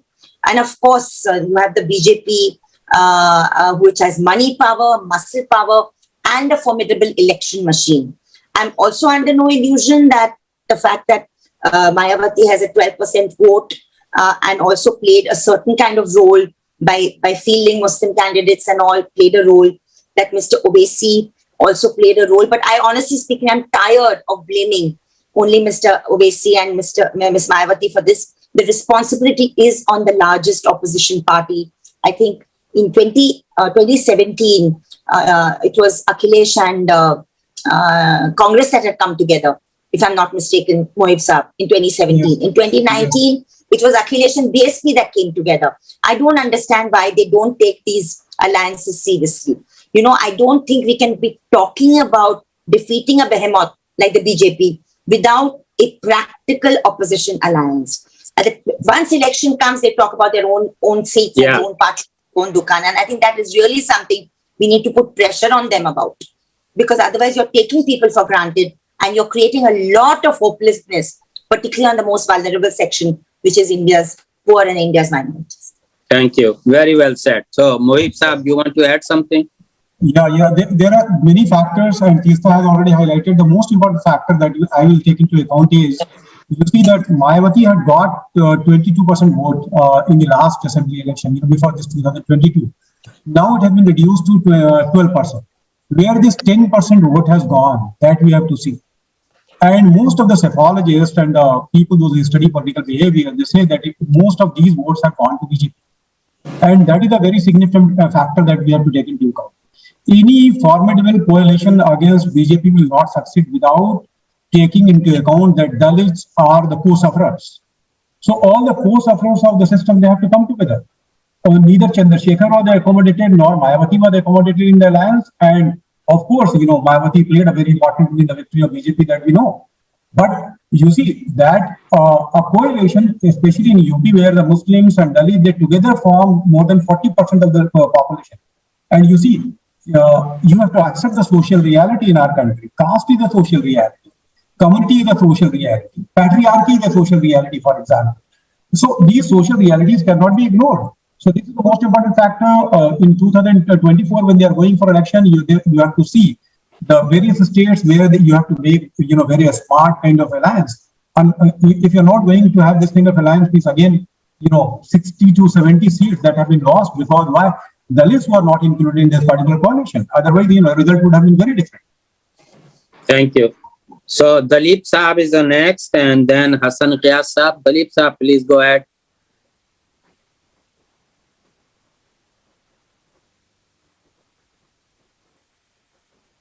Dalip Saab. Dalip. No, we'll move on to Hassan. Dalip Neem Saab. Okay. Hassan Qiyas Saab, we will come back to Yeah, thank you very much, for giving me an opportunity. My regards to all the participants. I have already raised very pertinent and important questions in the chat box. If you could kindly go through them, you see, basically they are for Madam Setalvad and Professor Mohibul Haque. These questions are very, very relevant. And we have to have an understanding of these. I, as a Dalit activist, strongly feel that unless until the Muslim and the Dalit masses come together, nothing is going to happen. Leadership will come and go. Leaders will come and go. Mayawati will come and she will perish. But what about the masses? We have to understand the difficulties of the masses. Today, the present government is thinking in terms of Hindu Rashtra. But what about a Bahujan Rashtra, which is a majority Rashtra? Have we raised such questions? We are blaming whether it is Akhilesh, SP or BSP or whatever it is. But are we addressing those facts? Are we talking in terms of what is the correlation between casteism and communalism? Are we addressing that? What is the relation between religion and communalism? Are we addressing that? No, we are not addressing that. Those are the questions which should be answered and hammered into the minds and souls of our people. Otherwise, nothing will work. Thank you very much for listening to me and giving an ear to me. Dalit Saab is a, Ambedkarite, and he's also an activist. He's always, most of the time, you will find him on ground, always talking to people, trying to bring people together. Thank you, Dalit Saab, for beautiful observation. No, I fully agree with you, Dalit Saab. In fact, I've been always saying, that is why I've been telling people for the last one, that there's no point either criticizing Mr. Mayawati or criticizing even Owaisi Saab, frankly speaking. If we build up a social cohesion at the local level of people working on a program, then eventually leaders will have to fall in line. But the point is that if we don't do that, and then we expect this jugaad to take place at the top, it's not going to happen, because I think that moral fiber in the political class is not there. Okay, they have to see it as a response to work on the ground. And therefore the challenge is for us that why we not, I mean, we are trying, some of us are trying very hard, but I think we need to do it more, that we need to work on social cohesion programs at the local level. Now, for instance, I'll give you an example. We did a 9-month exercise of a fact-finding, really intensive survey into the weaving community, okay, in Purvanchal, which is covers about 9 districts, where I'm sure you know already, the Muslim community, Dalit and the OBC are involved in this activity. And that artisanal industry is being finished, okay. We did a huge survey. The effort has brought people together. Now we have to take that forward programmatically in terms of advocacy, because the livelihood has gone. People are working together. People are producing these skills together and products together. But eventually we have to devise a social program out of it, a social political program out of it. So I cannot agree with you more. The question is, I think more and more activists need to see this on the ground, because I'm a little tired of, blaming this group or that group, and then you sit on Twitter and then you blame people. It really is not going to work. I mean, I was arguing with somebody even about Owaisi Saab. I mean, I don't like his, personally, I don't relate to his politics, but that's not the point. No Muslim would go there. No Muslim would go there if they found reassurance among the Samajwadi Party and the secular parties, if they felt that. The reason why there's a resonance of this is because there's a failure somewhere else.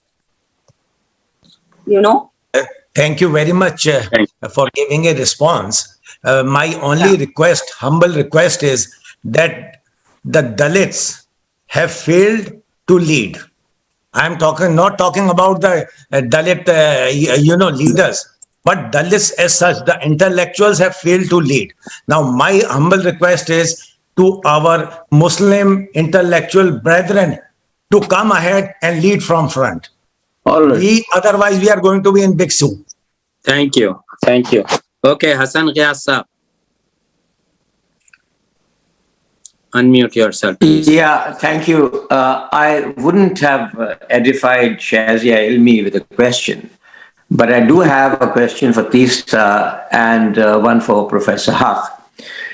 The Muslims of India today are not just untouchables, they are unspeakables. No opposition party, in spite of the fact that some of them gain from their support in the elections, would even dare to take their name, let alone anything else, for fear of a backlash. Now, this is not going to change by itself.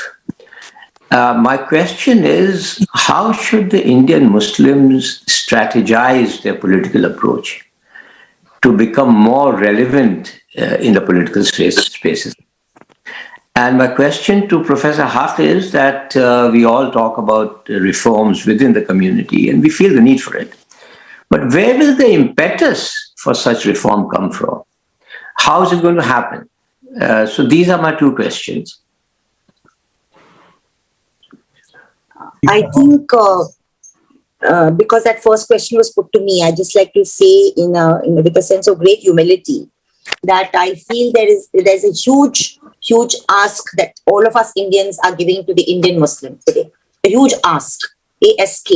And that ask is that you retain your faith in India, in the society, in the system, and you continue to work with those individuals, few as they may be, far as between as they may be, among other communities, particularly majority, whatever we call it, majority, Dalit, the non-Muslim community, to forge social issues and social and human rights demands.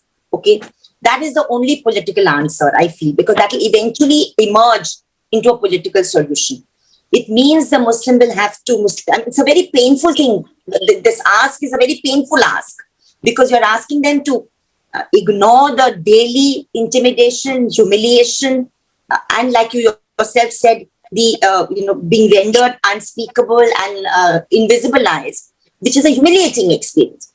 But I have had the fortune of working with people even now who find the grit to do that. They do it, they've not given up. Because you can't afford to give up if you're living here. You don't have the luxury. It's not because of principle. You don't have the luxury. So the big ask, I say, is that you keep forging, chipping away and forging these alliances.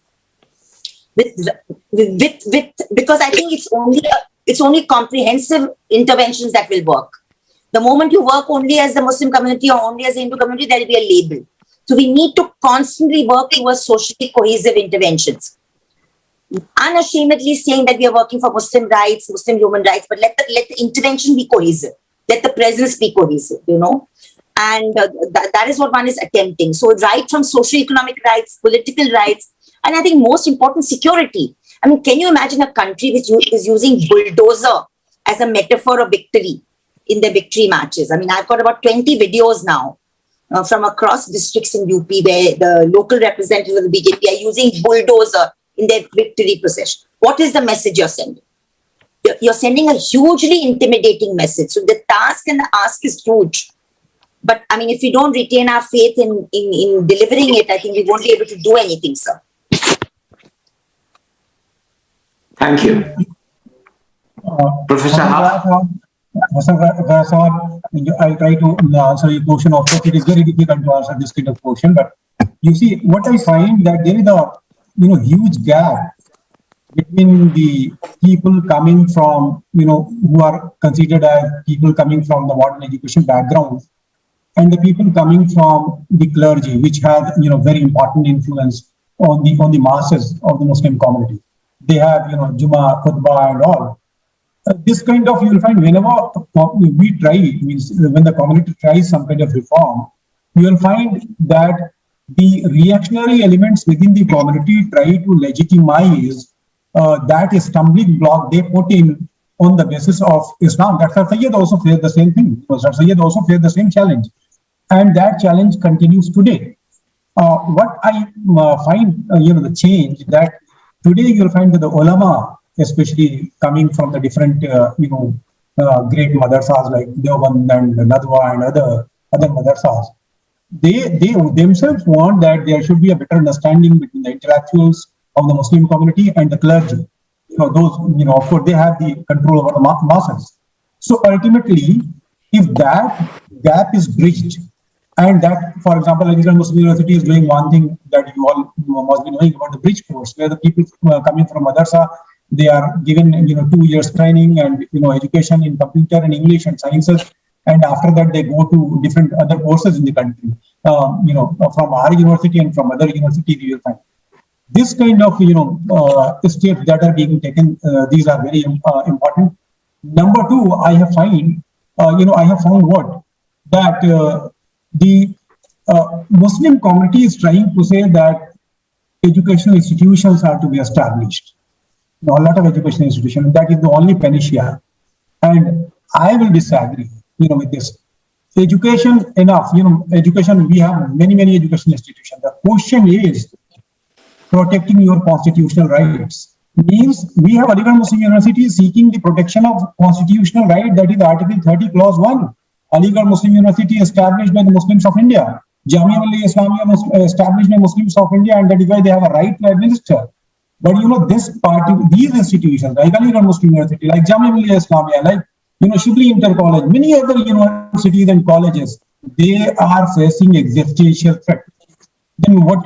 For example, if the government of India have already given an affidavit that these are not minority institutions, so what will happen? You will have the same percentage of the students in the institutions like Aligarh and Jamia and other institutions as they are in JNU or BHU. and then the people will talk. Saab, please conclude. Just a very quick. Hassan Saab, please leave it because there are many. Okay, all right. Okay. So, thank you. And Arsha Sayyid Saab. Yeah, first let me just thank. Hassan Saab, you can come back later in a chat and then we will talk about that, what you want to ask. Okay, Arsha Sayyid Saab. Thank you. First, thanks to Teesta, and I think we're all indebted to the work that you're doing and others like you, without which I think it would be very difficult to kind of, and the courage that you're displaying in terms of, the work you do and the backlash that you endure. I can't imagine people doing that. So thanks for that. Maybe, I think from the discussion, what I'm picking up, maybe 2 or 3 things in the question. One, as I understand, this is not a struggle just about minorities. It's not just about Dalits. It's a broader struggle, really about the soul of India, which is, liberalism. And if you look at that and you look at a broader picture of what's happening across the world, which is essentially authoritarianism, populism, nationalism, sectarianism, this is not just in India. It's happening across the world. And if you take that lens, then you begin to realize that I think the answer that we're trying to put forward for these solutions are perhaps band-aids or things that are pretty short-term oriented. And therefore, what is the long-term kind of approach to kind of dealing with some of the erosion that you're finding in the institutions of India? It's not about, I think, the politician or one state or the other state, which I do think are actually symptomatic or symptoms, if you will, of what's going on. But there's a larger, I think, struggle about where does India end up in terms of human rights, in terms of security, in terms of its own constitution, and what role does it take place in the global arena? I think so. Maybe that's a little bit of a high level question. And then practically speaking, what can people sitting in the US do? Because we are here. What can you do to kind of help and support the work that's going on there? Let me stop there. Thank you.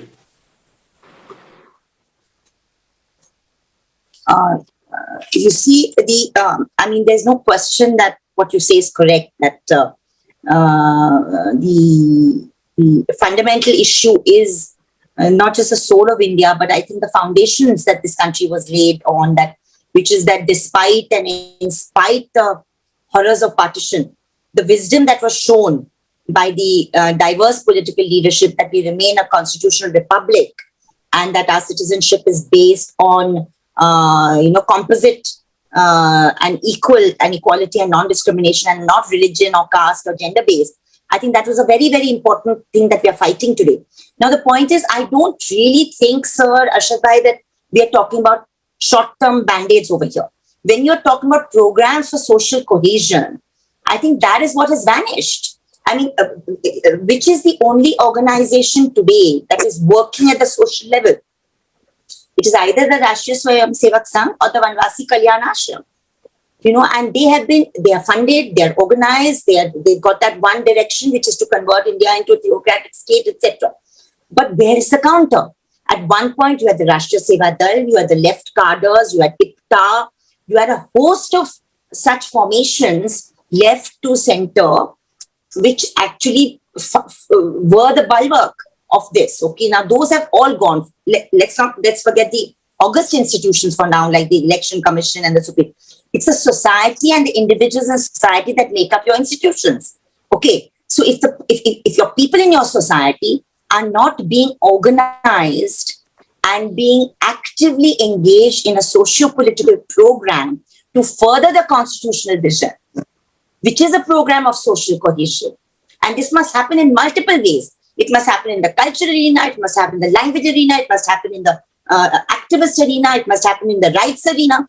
It's not a it is a multifarious battle, which it was as the national movement showed us. And all of us, our generation benefited 20, 30 years from that culture of that movement. But when that started eroding, what have we managed to rebuild? Okay, thank you. That is the whole issue. Thank you. Next person, Mohib Saab, you don't have to say anything, right? No. Okay, thank you. So next person is Sohail Ahmed, and after that, Sabia Fatma. Sohail Ahmed Saab, and those would most likely be last questions, or maybe I can add one more. Thank you. Sohail Saab, Are you there? If not, Sabia. Yes, sir. Yes, sir. I'm here, sir. Okay, go ahead.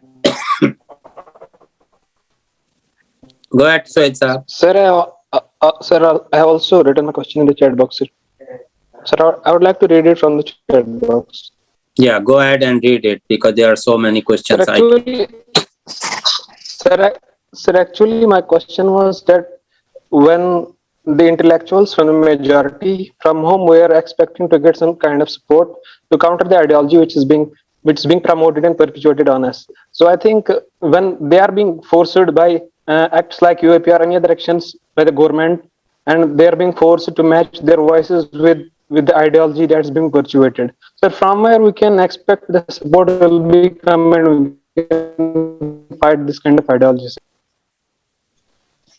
You see, Suhail, first of all, the intellectuals from the majority community or minority community, that binary is again dangerous.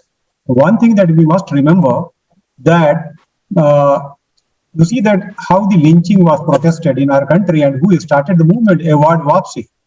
All the people coming, those who were protesting and they started the Award Wapsi movement, they all were from, of course, the majority community, the intellectuals. Similarly, for example, Teesta is sitting over here. She is an intrepid fighter for human rights, and she is not a Muslim, but she has, faced all kind of hardship because of her activism. So you will find that the people from the different communities, those who want to save the very soul of India, that is diversity, that is, a liberal democratic space, that is unity in diversity. People are trying and they are trying their best. You can say, but what has happened? That the political parties, last point that I'm mentioning, you see the political parties, they are basically the secular political parties, they are just political parties. And they are fighting against an organization which is political, which has political organization, cultural organization, social organization, and all kind of organizations. So only a political, political formation cannot, deconstruct the discourse that has been constructed by a formation which has cultural dimension, which has social dimension, and which have many other dimensions. That is the challenge.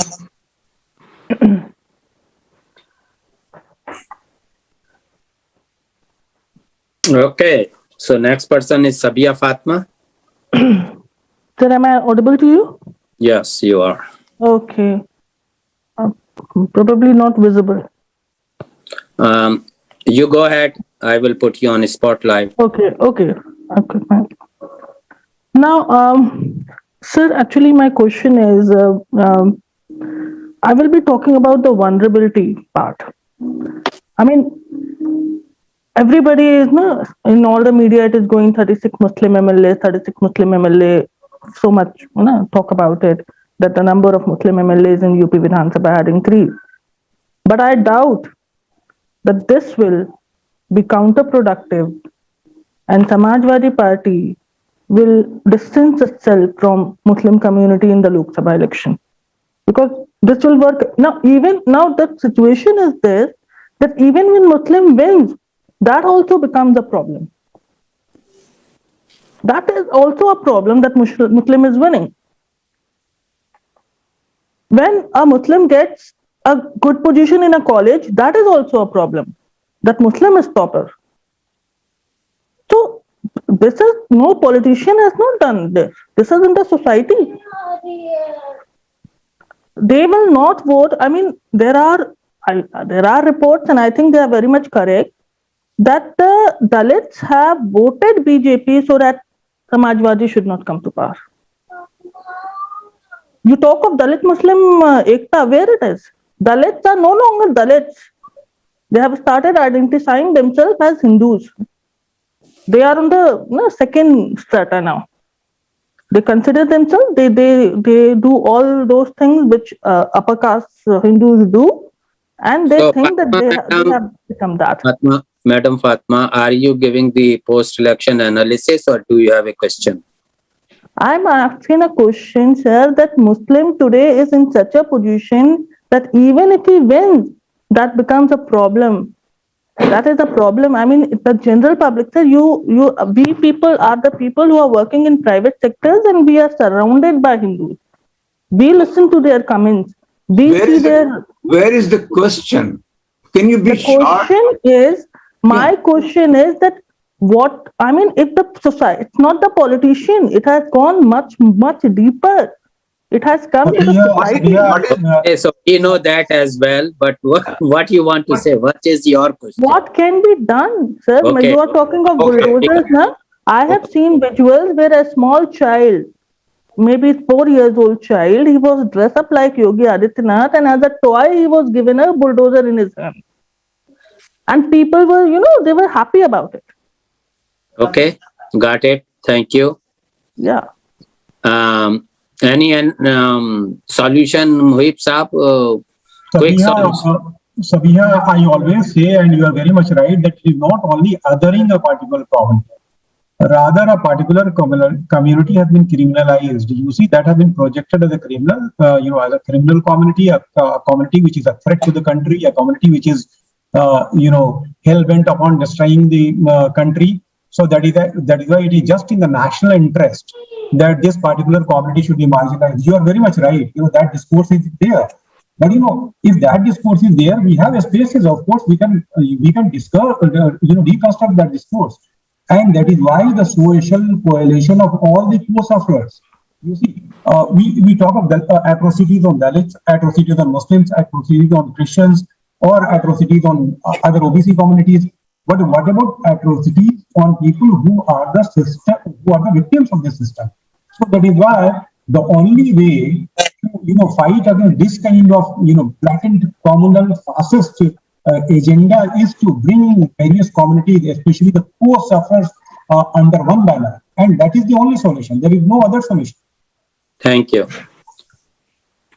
That was the last question. And Rudranshu, why do you have your hand raised again? Did you ask another question? If not, give back to Razibai. I just had an observation for the UP elections. No election analysis, please, because there are so differing opinions. Unless you have something to really burning. Let him speak. No, since I belong to UP. I know I belong too, but there are so many analysis. Okay, go ahead. Very brief, please. Very brief. And one of my relatives was contesting an election. That is why I know the reality. Okay, go ahead. Mr. Owaisi has done the damage. We cannot leave him scot-free. Okay, fine. Thank you. The 60 seats which had a minor difference, 500, 1,000, Mr. Owaisi had a role to play. That's all I had. Ranchu, this is not, okay, I'm not going to discuss that because I have differing opinion.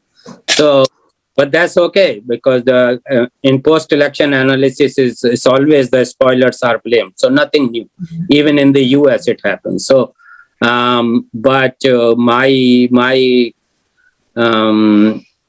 I know this Owaisi and BSP are blamed for post-election analysis. So I'm not, very much impressed with that impression. But anyway, so I got it, what you are saying.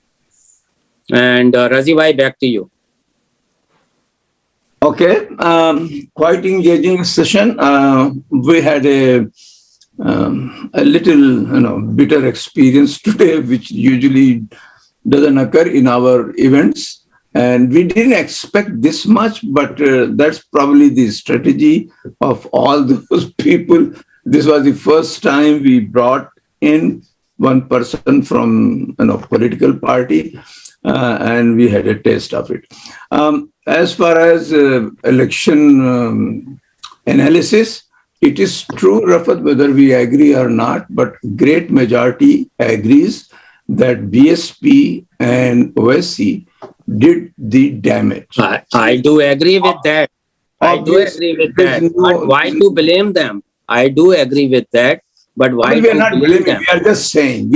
So that everyone knows because everyone here in the forum knows that they vote. I understand. But they were the spoilers. But they have a democratic right. The larger responsibility relies on Samajwadi that they should have been. And let me hear Fazal bhai, something new. I have read all your comments, all your emails, but if you have something new to say, Fazal bhai. Okay, the session is over. Those who want to leave, that is fine. This is an informal discussion now. And thank you everyone for attending the... I just want to say one thing, because I think it's very important that your forum remains proactive on all the issues concerning India. You'll need to keep intervening with the authorities, send letters, send communications, because many of you are not here, some of you are here. And I want to just end with a word of caution that I feel there's every likelihood that an all India NPR and NRC will be announced soon on the back of the UP victory, and that's going to create havoc and going to be a huge challenge for the social sector.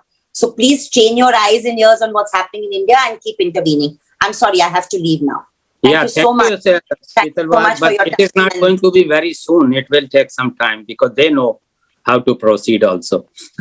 Okay, Fazal bhai. I've expressed my opinion. I've not given a timeline to it, but I think most of our problem is we don't anticipate things enough. Thank you so much. Thank you very much for your time. Thank you. All right. So now it is open chat session. Now it is just a chat session. Please feel free to leave. Yeah. Fazal bhai, bring something new. I have made my comments in chat box. Only thing I was going to say that I think that Madam Fatima alluded to that. It's a lots of hype that lots of Muslims have won seats there in UP. I think that itself is going to create a lots of problems. So exactly. Let's wait and see. There's nothing else actually to add. I think the BJP is going to be even bolder to execute their programs, which they have been waiting for this election. But everything has its end. I would only say that it's a responsibility of majority community to fight. Minority Muslims, they cannot fight alone. Being in India, those who are around, it's very difficult. You saw in Kanpur during NRC and CEA that how shooting was going on innocent Muslims and all those. But anyway, those who are there, they will deal with that. BJP will have its time run out eventually. When? Nobody knows.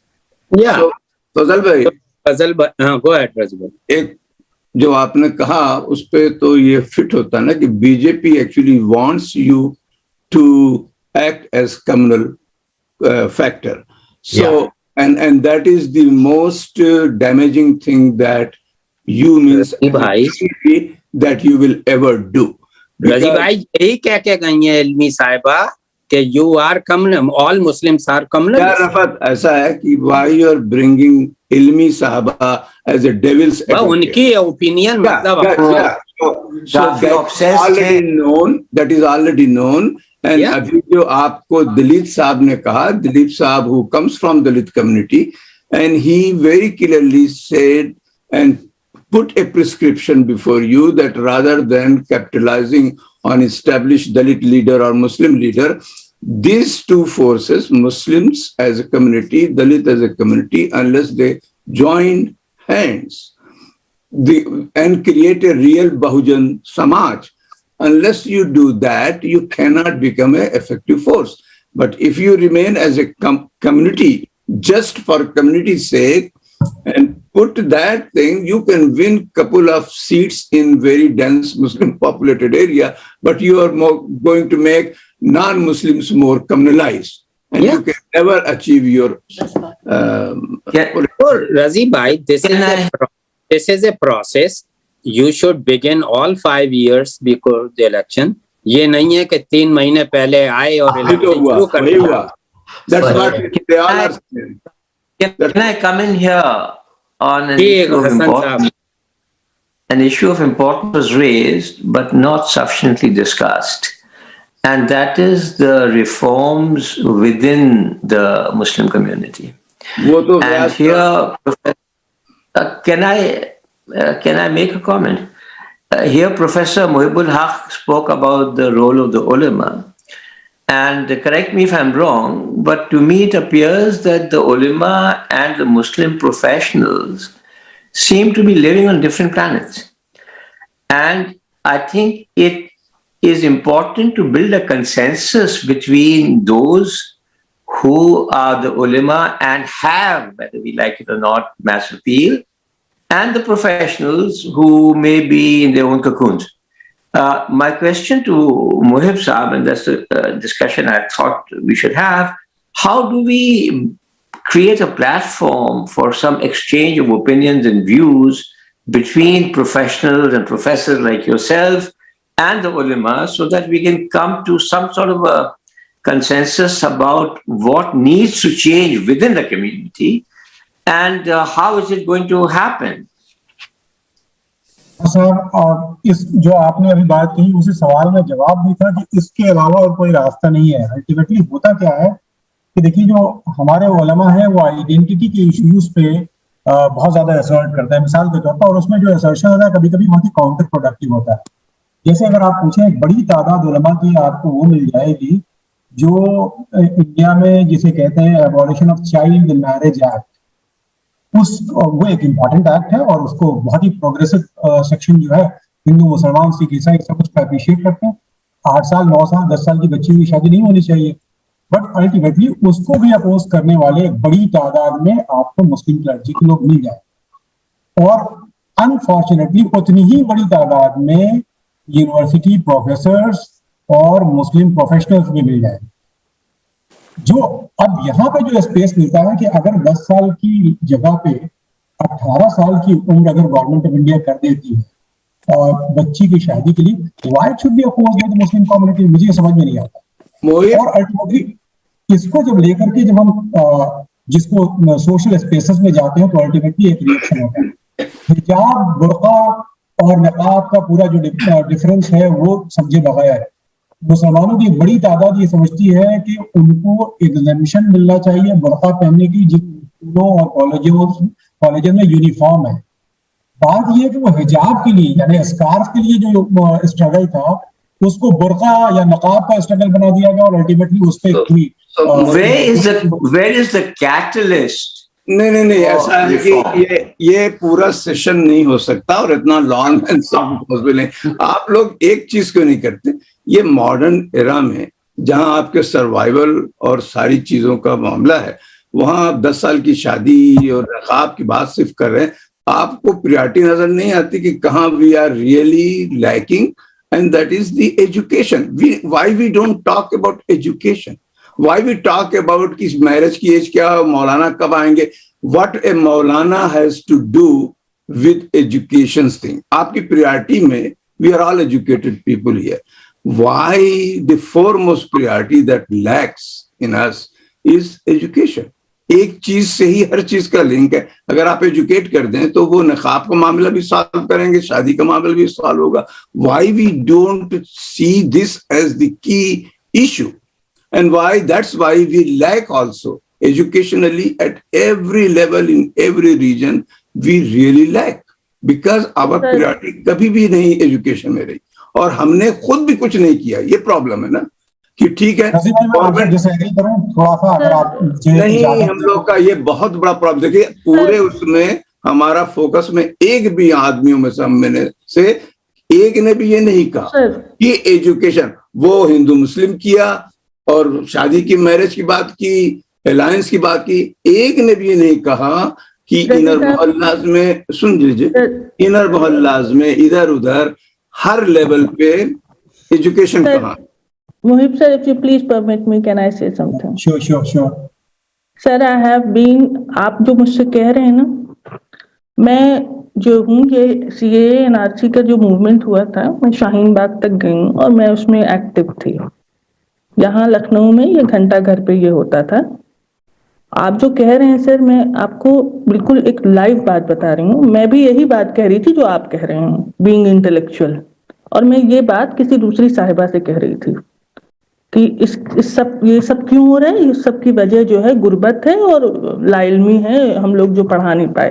एक बहुत ही गरीब तबके की औरत वहां खड़ी हुई थी और वो मुझसे आई और मुझसे लड़ने लगी कि बेटा गरीब ही तो बैठे हैं यहाँ सारे, अनपढ़ ही तो बैठे हैं यहाँ सारे, जिनके बल पे तुम जिनके बल पे तुम ये पूरा मूवमेंट चला रहे हो? कौन है यहाँ पे? तो क्या कहना चाहती और हैं? सर मैं ये कहना चाहती हूँ कि सर मतलब हम जो अपने को ना इंटेलेक्चुअल समझ के ये कह लेते हैं कि इसका रीजन जो है गरीब लोग हैं, इसके रीजन जो है जाहिल लोग हैं। ये जो 36 सर आए हैं ना एमएलए, जिसके लिए हम लोग बहुत अपने पे फक्र कर रहे हैं, ये उनके वोट से आए हैं। सुनिए, आप मेरे ख्याल से समझ नहीं रहे ये बात को। नहीं, आप पॉलिटिसाइज कर रहे हैं हर चीज को। देखिए, चाहे वो गरीब से वोट्स आए हो चाहे अमीर जो एजुकेशन का मामला अलग है। नहीं, अलग नहीं है। नो, इट इज लिंक्ड आपके रिलीजन से, आपकी सोशल लाइफ से, आपकी मैरिज से, आपके एम्प्लॉयमेंट से, हर चीज से education is linked. We are इसी बात पे रजी भाई, इस बात पे हम आपसे एग्री करते हुए एक चीज मैं आपके सामने रख रहा हूँ सवाल के। रिलीजन को इसमें लाने की कोई जरूरत नहीं। एक बात मैं आपसे रजी भाई, एक बात मैं आपसे, अब आप रिसोर्स पर्सन बन जाए, हम आपसे सुनना चाह रहे हैं। एक बात, मेरा सवाल का जवाब आप दीजिए। हिंदुस्तान में जब मुसलमानों की पूरी बैकवर्डनेस की बात की जाती है या उनके मार्जिनलाइजेशन की बात की जाती है, तो उसमें एक फैक्टर, सिंगल फैक्टर, हम पढ़े लिखे मुसलमान हमेशा ये कहते हैं कि एजुकेशनली बैकवर्ड है। देखिए, अगर एरिस्टोटल से लेकर के मार्क्स तक तमाम बड़े थिंकर्स को देख लीजिए, इंसेंटिव एंड प्रोग्रेस की लॉजिक देखिए। इंसेंटिव और प्रोग्रेस का मतलब ये होता है कि दलित कम्युनिटी में आज की डेट में ये जो एजुकेशन की तरफ इतना बड़ा रुझान है, या ओबीसी कम्युनिटी में एजुकेशन की तरफ इतना बड़ा रुझान है, या एसटी कम्युनिटी में जो एजुकेशन की तरफ जाने का रुझान है, उसका जो सबसे बड़ा फैक्टर है, थैंक्स टू डॉक्टर अम्बेडकर, वो है रिजर्वेशन, स्टेट का अफर्मेटिव एक्शन, जिससे एक्सक्लूड किया गया मुसलमानों को आर्टिकल 9 यानी ऑर्डर 1950 के। अब एक दूसरा फैक्टर देखिए, आप उस कम्युनिटी से कह रहे हैं कि एजुकेशन की तरफ जाओ, जिसने फैज़ आम कॉलेज, जिसने मुस्लिम डिग्री कॉलेज के नाम से, फैज़ आम गांधी कॉलेज के नाम से, या थाउजेंड्स ऑफ मदरसाज या बड़ी बड़ी यूनिवर्सिटीज। आपने कभी सोचा है हिंदुस्तान में कि स्टडी कीजिए कि दलित कम्युनिटी ने एज अ कम्युनिटी हिंदुस्तान में कितनी यूनिवर्सिटी और कितने कॉलेज बनाए? ओबीसी कम्युनिटी, देखिए कंपैरेटिव स्टडी होती है। नहीं, अच्छा मोहित साहब रुक जाइए। वही हुआ ना कि ये we talk in details on a small platform for a small time. आपने पीछे, इससे पहले भी आपने एक क्वेश्चन इस पर किया था कि मुस्लिम्स ने बहुत एजुकेशन इंस्टीट्यूशन बनाए, दलितों ने एक नहीं। सुनिए, एक बात मैं आपको बता दूं, अभी आपका क्वेश्चन, आपने एक बात ये भी एक्सप्रेस की कि हम इंसेंटिव होता है एजुकेशन का, हमारे पास क्या इंसेंटिव है, इसलिए कि रिजर्वेशन है। इससे ज्यादा गलत बात, यानी बहुत ब्लंटली मैं कह रहा हूं, इससे ज्यादा गलत बात कि इंसेंटिव एजुकेशन का आप उस वक्त फील करेंगे जब आपके लिए एक रिजर्व कोटा कहीं होगा। दैट मीन्स देयर इज, ये तो कम्युनिज्म के भी बियॉन्ड चला गया कि आपको कुछ करने की जरूरत नहीं, everybody will be taken care of. दलितों को भी वहां तक जाने के लिए पढ़ना पड़ा। आपका तो पढ़ने का प्रॉब्लम है। प्राइमरी जरा सा डेटा निकालिए, एलिमेंट्री स्कूल, सेकेंडरी स्कूल में जरा डेटा मुस्लिम्स का निकालिए और मुस्लिम्स का पैटर्न देखिए आप। नहीं, आप एजुकेशन, किसने आपसे कहा कि आप फैज़ आम ही में जाके पढ़िए? आप नॉर्मल स्कूल में पढ़िए। आप देखिए, मुस्लिम एजुकेटेड क्लास के ऊपर उसके शोल्डर पे सबसे बड़ा प्रॉब्लम यही आया कि वो सिर्फ अपने कैरियर में जिसने पढ़ लिया, अपना नौकरी उसने सिक्योर की और मुड़ के नहीं देखा गरीब तबके की तरफ। और गरीब तबका जब नहीं पढ़ाया जाएगा, उसमें सेल्फ एम्प्लॉयमेंट का जज्बा, और कहाँ जाएगा, खाना उसको खाना है तो वो सेल्फ एम्प्लॉयमेंट वाली बात करता है। लेकिन उस सेल्फ एम्प्लॉयमेंट को आप जब पढ़ेंगे, you can create small businesses, you can create your institution, you can create publication house, you can create everything। लेकिन जब आप पढ़ेंगे नहीं तो आपकी डिपेंडेंसी कहीं और होगी, और रिजर्वेशन आपके पास है नहीं, तो आप इसी तरह से भटके फिरेंगे।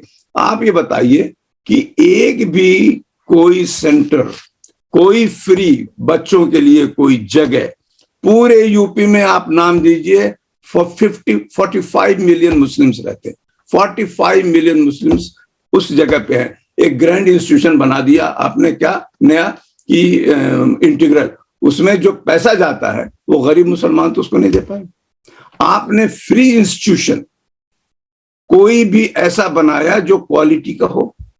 क्यों नहीं बनाया? अगर ये क्वेश्चन आता, क्यों नहीं बनाया? अगर गवर्नमेंट आपके साथ नहीं कोऑपरेट कर रही और आपका रिजर्वेशन भी नहीं है, इसलिए कि हम इतने बेवकूफ हैं कि हम कहते हैं इस्लाम एक है, कोई इसमें जात नहीं, जबकि एवरीडे लाइफ में हमारी जात है, कोई छोटा है, कोई है नहीं मानते। तो मान लिया आपने मजबूर है, आप खुद क्यों नहीं अपने पैर पे खड़े होते? अलीगढ़ की बात मैंने इसलिए कही कि वहां पे तो मैं रोज जानता हूं कि वहां क्या होता है। अलीगढ़, जामिया, एल्सवेयर, इधर उधर मुस्लिम्स के पास इतने गरीब भी नहीं है, वो क्यों नहीं कलेक्टिव फंड इकट्ठा करते हैं? उनको क्या गवर्नमेंट गन से लेके मार देगी कि तुम पढ़ रहे हो? ऐसा है क्या? नहीं क्यों नहीं बना रहे भाई? रजी भाई ये कैच 22 है। गो अहेड हक साहब। सर रजी भाई, आप प्रैक्टिकल डिफिकल्टी एजुकेशनल इंस्टीट्यूशंस को एस्टैब्लिश करने की और रिकॉग्निशन की, यानी वो भी मत करो, ऐसे से कहीं और इनरोल कर दो, पढ़ो तो। आप अगर फील्ड में आएंगे तो आपको वल्नरेबिलिटीज पता करेंगे, एक्टिविटी में है इस तरह की कलेक्शन करते हैं। I am in the field, that's why I'm saying I am in the field. Fund collect करके जो लोग एस्टैब्लिश करते हैं, बहुत अच्छे मूवमेंट चल रहे हैं यहाँ पे, और उनको जिन चीजों का चैलेंज चल रहा है सर, आपका थोड़ा सा मिसकंसेप्शन है सर। इम्पार है, एमपी है, ज़कात फाउंडेशन है, परवास फाउंडेशन है सर, मैं खुद चला रही हूँ और कितने बच्चों को पढ़ाया है। जी हम लोग भी यहाँ से चला रहे हैं, ऐसा नहीं कि हम लोग को मालूम नहीं है। आपके बगल ही में बैठे हुए ये साहब फजल साहब है, अलीगढ़ अलुमनाई के, पूछे इनसे कि कितना पैसा यहाँ हर साल यहाँ से भेजा जाता है। तो ऐसा नहीं कि And results are coming, sir. It's not like that. आप लोग ये बात तो भूल ही जाते हैं कि कितना भी आप कर लीजिए, जब तक गवर्नमेंट इन्वॉल्व नहीं होगी किसी भी, अलग इश्यू है, वही इश्यू है सर, वो इश्यू है, वो द इश्यू है, वही इश्यू है। वो इश्यू तो आपकी मजबूरी हो गई ना, मान लिया वो आपकी मजबूरी है, तो अब आप क्या कीजिएगा ये बताइए। अब आप 1-2% को, 3% को, 5%। मैं क्वेश्चन पूछ रहा हूँ रिवर्स में, मैं क्वेश्चन पूछ रहा हूँ आपसे। मैं बताऊं सर आपको, राजीव सर, है ना, यहाँ जहाँ मैं राजस्थान में काम कर रही हूँ, यूपी का मेरा एक्सपीरियंस नहीं है, मैं राजस्थान के मुस्लिम बच्चों की छोटे 0 to एलिमेंट्री एजुकेशन का, हमारी स्कूल के पास ही सरकारी स्कूल है और मुस्लिम बस्ती का स्कूल मुश्किल से 100 मीटर 150 मीटर दूर है, लेकिन वहां हिंदू टीचर जाके पढ़ाना नहीं चाहता। तो वो बेचारे छोटे छोटे से बच्चे जो 10 साल के अंदर के बच्चे हैं, वो यहाँ पढ़ने आते हैं और यहाँ उनकी हालत इतनी बुरी है कि उनको अध्यापक पढ़ाना ही नहीं चाहता। और आप सरकार के कंट्रीब्यूशन की बात करते हैं सर, टीचर को 70-80 हजार रुपया पर मंथ सैलरी मिलती है, वो उसको अनार का आम का ही नहीं पढ़ाता। तो मैं तो 2 मिनट का, मेरे लिए तो 1 सेकंड का रास्ता है वो स्कूल जाने का, तो मैं अक्सर स्कूल जाती हूँ, बच्चों से बात करती हूँ, बेटा कहाँ से आए हो, क्या पढ़ रहे हो, and they all are Muslim kids. कोई पढ़ाना ही नहीं चाहता, बच्चों को कैसे पढ़ाएंगे हम? क्या मतलब कोई पढ़ाना नहीं चाहता? टीचर, अरे भाई तो मुसलमान टीचर बना के पढ़ाओ, कौन सी बड़ी बात। तो अगर हम तो तैयार है पढ़ाने को, और वो जो अध्यापक जो रिक्रूटेड है गवर्नमेंट के थ्रू, वही नहीं पढ़ा रहा। My question is, suppose I am raising a question, governments are totally opposing you, ठीक है, हम मान गए, आपके पास रिजर्वेशन नहीं, हम मान गए। नाउ मुस्लिम कम्युनिटी का अपना फर्ज क्या है, ये हम पूछ रहे हैं। अगर मान लिया कोई नहीं पढ़ाना चाहता, कहीं कुछ नहीं है, खुद मुस्लिम कम्युनिटी बार बार क्यों यही चीज करके बच जा रही है कि गवर्नमेंट करेगी तभी होगा? ठीक है, गवर्नमेंट नहीं कर रही, हम कह रहे गवर्नमेंट नहीं कर रही, दैट्स इट। हम कह रहे रिजर्वेशन नहीं है। अब आपके पास मुस्लिम कम्युनिटी है, वो अपना क्या कर रही है ये तो दिखाओ कम से कम, वो क्या कर रही है। तो वो भी तो नहीं पढ़ा रहे। एक हमारे नसीम क्या नाम है, जो भी सर है, वो भी नहीं पढ़ा रहे ना सर। मैंने उनको कहा, मैंने कहा सर आप रिटायर्ड हो गए, अपने बच्चों को पढ़ाइए, वो नहीं पढ़ा रहे। वही बात है, सुन लो, वही बात है। ये दिलीप साहब जरा आप बता दीजिएगा। हाँ बिल्कुल, मैं आ रहा हूँ। ये इश्यू है, मुस्लिम मुझसे भागता है, मैं मुसलमान हूँ, बहुत एक्टिविस्ट हूँ, यहां से लेकर के वहां तक, और ये ट्रू है। हम टोटल जो हमारे कंधों पे है, we are totally insensitive and failed. क्यों? कि हमको आदत हो गई है, रिजर्वेशन नहीं है तो हम क्या करें, या हमारे लिए गवर्नमेंट करे। हर चीज में हम पॉलिटिक्स में जाके अपने को सरेंडर कर देते, लेकिन खुद एफर्ट नहीं करते। रिलीजन को लाते हैं, मुल्ला को लाते हैं। ये बहुत ओवर सिंपलिस्टिक है रवि भाई, भाई ओवर अभी सिंपलिस्टिक है। सुनिए, एक साहबा ने कहा ना कि हम लोग यहाँ बहुत कर रहे हैं। वी नो कि क्या हम लोग कर रहे हैं वहां, जब भी हम लोग का इतना बुरा हाल हुआ। दिलीप साहब आप बताइए क्या है। सर प्लीज सर ऐसे मत कहिए। मैं I am not from that school of thought that who will listen to all this. जब हम कर रहे हैं और जब हमने मूवमेंट चलाई है तो मैं कहूंगी कि मैं कर रही हूँ। तो आप बिल्कुल कर रही हैं, but what you are doing is not good enough. और आप बात कर रहे हैं, आप बताइए आजमगढ़ में शिबली कॉलेज है, बस्ती में खैर इंटर कॉलेज है, ये सब कॉलेजेस हैं और यहाँ से निकले हैं। ऐसा तो नहीं है कि एजुकेशन की बात एजुकेशन से आगे निकल गई है sir. Thank you. I am from Shibli college, I am a product of Shibli school, Shibli college, and I हमारी फैमिली जो है उस कॉलेज के अंदर जो है 100 साल से काम कर रही है। So I know all that. Okay, so please इसका मतलब ये नहीं कि वहां कुछ भी काम नहीं हो रहा, बट ये साल्ट के बराबर काम होने वाली बात है। आप दिलीप साहब बात कीजिए, जो भी बताइए। हमारा प्रॉब्लम आपकी जबान से हम सुनना चाहते हैं, आप कैसे हमको देखते हैं। राजी साहब बहुत बहुत शुक्रिया। देखिए क्वेश्चन क्या है, आपने जो पॉइंट रेज करा है एजुकेशन का, वो एक बहुत वैलिड पॉइंट है, लेकिन उसके साथ साथ एक जो चीज निकल कर आती है वो नॉलेज की है। वो नॉलेज किस तरीके से कि क्या मैं ये महसूस करता हूं कि मैं जब तक नहीं पढ़ूंगा तो मैं साइकिल में पंचर ही लगाता रहूंगा। ये क्या मैं महसूस करता हूं? क्या ये मेरी कम्युनिटी महसूस करती है कि मेरे को आगे पढ़ना है, लिखना है, आगे चलना है? क्या हम उन किताबों को पढ़ते हैं? हम नहीं पढ़ते। हम ये देखते हैं कि पंचर किस तरीके से हम लगाएंगे जो कि 2 दिन के 4 दिन तक चिपका रहेगा। Very valid thing. आपने बात करी दलित की, रिजर्वेशन की भी बात आई। ठीक है, रिजर्वेशन था, सब कुछ था, लेकिन आज का जो दलित बच्चा है वो ये कह रहा है I will fight on the same footing on merit. मेरे को रिजर्वेशन नहीं चाहिए, वो कहता है मेरे को पढ़ाई चाहिए। I want to be a graduate, I want to be a post graduate, I want to be a MBA, I want to be a PhD। वो इस तरफ जा रहा है। तो क्वेश्चन ये है कि वो जो नॉलेज जो है, अंदर जो जागृति है, क्या वो आ रही है? मैं ये नहीं कह रहा कि सब दलितों में आ गई है, लेकिन वो प्रक्रिया चल रही है। लेकिन मुस्लिम समाज के अंदर वो चीज अभी नहीं है। मैं दिल्ली में रहता हूं, दिल्ली में जामा मस्जिद में चले जाइए, आप गाली गलौज और गुल्ली डंडा रहता है। तो क्वेश्चन यह है कि जब तक हमारे हाथों में कलम नहीं आएगा, हम जब तक नहीं महसूस करेंगे वो कलम होना चाहिए, और साथ में एक यूनिटी। आप प्रोफेसर साहब ने ये बोला, एक बड़ा वैलिड पॉइंट बोला कि unity of those people who are oppressed and co sufferers. तो हम ये रिजर्वेशन की बात क्यों कर रहे हैं? हमें ये समझना चाहिए कि हम दोनों ही को सफरर्स हैं, हमें मिलकर चलना पड़ेगा। मैं तो ये भी कहता हूं कि एक दलित को मुसलमान को पढ़ाना चाहिए, अगर पढ़ा सकता है तो क्यों नहीं होना चाहिए, एंड वाइस वर्सा। अब for example, I have not been able to contribute much, but I have got a adivasi kid in my home and I'm giving him education, and he is going to the same school as I used to go। तो मैं ये चाहता हूं कि इस तरीके से 1 2 4 को अगर करेंगे तो वो और आगे बढ़ेगी चीज। So the chain will be there, but are we wanting to make the chain और not?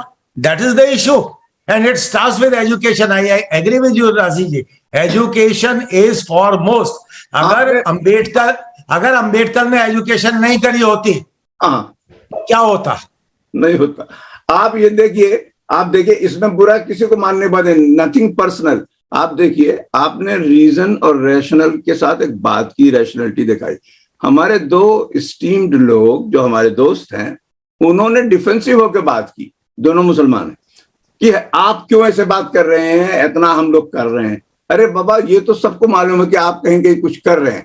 Why don't you feel that heat कि इस कंट्री में जब मतलब इंडिया में जब यहाँ ये प्रॉब्लम्स हैं और हमारे साथ हैं, तो हमारी कम्युनिटी, क्या आपको अपनी आंख से दिखाई नहीं दे रहा है कि इतने जो IAS मुस्लिम रिटायर हुए, उन्होंने क्या लीडरशिप रोल लिया? इतने इंजीनियर से रिटायर होके बैठे, उन्होंने क्या किया? इतने डॉक्टर्स हर शहर में कहीं न कहीं है, वकील हैं, वो क्या कर रहे हैं? हर चीज हम थोड़ी करें कि अलीगढ़ मुस्लिम यूनिवर्सिटी क्या कर रही।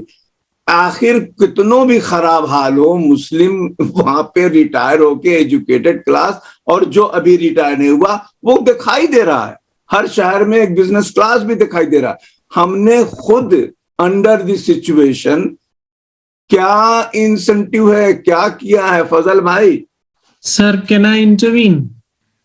Can I make a small point?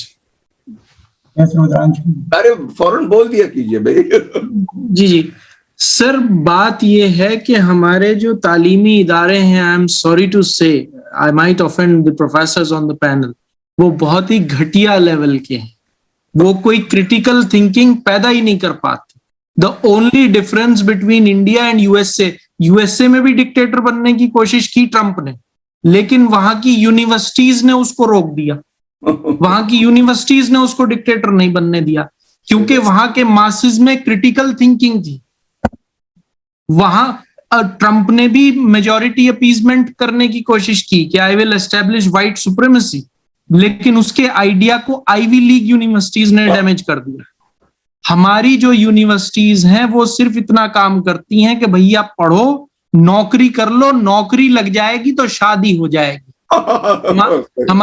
हमारी जो हम ईस्टर्न सोसाइटीज के लोग हैं, उनकी जिंदगी में दो ही गम होते हैं, नौकरी और शादी, बस। आपको दोनों मिली कि नहीं मिली? मुझे दोनों में से अभी कोई सी भी नहीं मिली हुई है सर। ओके, बराबर के शरीक हैं, लेकिन तो हमारा रिसर्च ओरिएंटेशन नहीं है। Necessity is the mother of invention, but research is the father of invention.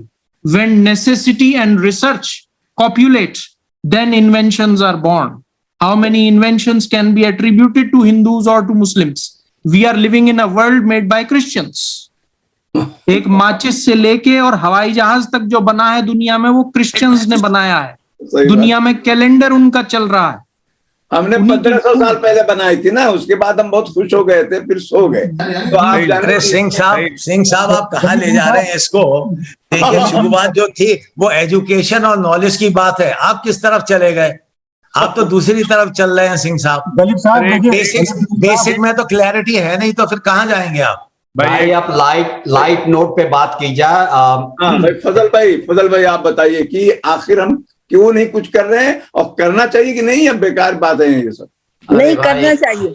कर रहे हैं तो घर वाले ही निकाल देते हैं सर। आप दलीप साहब यहाँ बैठे हैं, एक दलित को नौकरी दो तो घर वाले कहते हैं तेरे यहाँ तो है ना वो हरिजन आता है, तुम तेरे यहाँ का पानी नहीं पियेंगे। वो हो गया। चलिए फजल साहब की बात सुन लीजिए। नहीं मैं I don't agree Nidhi ji, I don't agree with you. I'm facing sir, I am the victim. There may be solitary cases there, but it is not generalized. You cannot generalize that. देखिए, मैं ये कह रहा था कि रजी जो कह रहे हैं, एजुकेशन मस्ट है अंडर व्हाट एवर सर्कमस्टांसेस, और अगर गवर्नमेंट नहीं हेल्प कर रही है तो ठीक है, हम अपना करेंगे जितना कर सकते हैं, जो कुछ लोगों ने कहा कर भी रहे हैं, तो करना चाहिए। लेकिन बहुत सी बाधाएं आती हैं इंडिया में, ऐसे थर्ड वर्ल्ड मुल्क में, गवर्नमेंट के बगैर हेल्प के। लेकिन मैं आखिर में ये कह रहा था कि ये बहुत हो गई, अब लाइट नोट पे बहुत हेवी हो गया, बहुत हेवी हो गया। एक हेवी बात मुझे करनी है। कोई भी एजुकेशन जरूरी है जो है, जैसे भी हो। अच्छा, हैवी बात कोई और कर रहा है हमारे सर। एक हैवी बात मुझे करनी थी सर। मैं इंडियन मुस्लिम्स को देख रहा हूँ, वहीं जा रहे हैं जहाँ के अमेरिकन ब्लैक्स 400 साल से इनके खिलाफ इंस्टीट्यूशनलाइज रेसिज्म हो रहा है और वो आगे नहीं बढ़ पाते। ऐसा नहीं है कि यहाँ ब्लैक्स ने कॉलेजेस नहीं खोले ऑन देयर ओन, लेकिन जहां गवर्नमेंट बिल्कुल डिस्क्रिमिनेशन को इंस्टीट्यूशनलाइज कर दे सर, वो गेटो बन जाते हैं। इंडियन मुस्लिम्स का फ्यूचर बहुत तारीक है। हम प्राइवेटली जितने भी स्कूल्स और कॉलेजेस खोल रहे हैं, कभी वो गवर्नमेंट के हेल्प को रिप्लेस नहीं कर सकता। तो I see a very dark future for Indian Muslims. इसमें बहुत ही डिप्रेसिंग है मामला इस वक्त। चलिए अब चलिए हम लोग इतना डिप्रेसिंग नहीं देखते। व्हाट आवर इश्यू इज कि गवर्नमेंट जनरल चीजों में डिस्क्रिमिनेशन नहीं करती। हाँ, हमारे लिए अलग से प्रोग्राम प्रॉब्लम्स नहीं है, ये आप कह सकते हैं।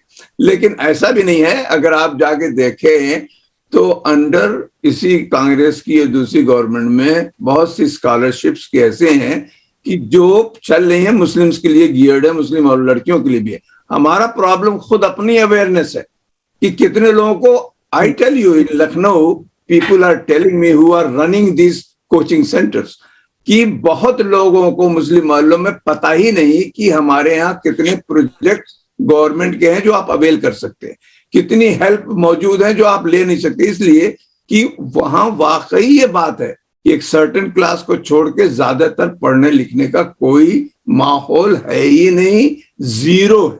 तो ये एक अवेयरनेस को की जिम्मेदारी किस पर है? ये जिम्मेदारी जो एजुकेटेड मुस्लिम क्लास है उसके ऊपर है, जो सोशल एक्टिविस्ट उसको होना मस्ट है, और वो नहीं हो रहा है।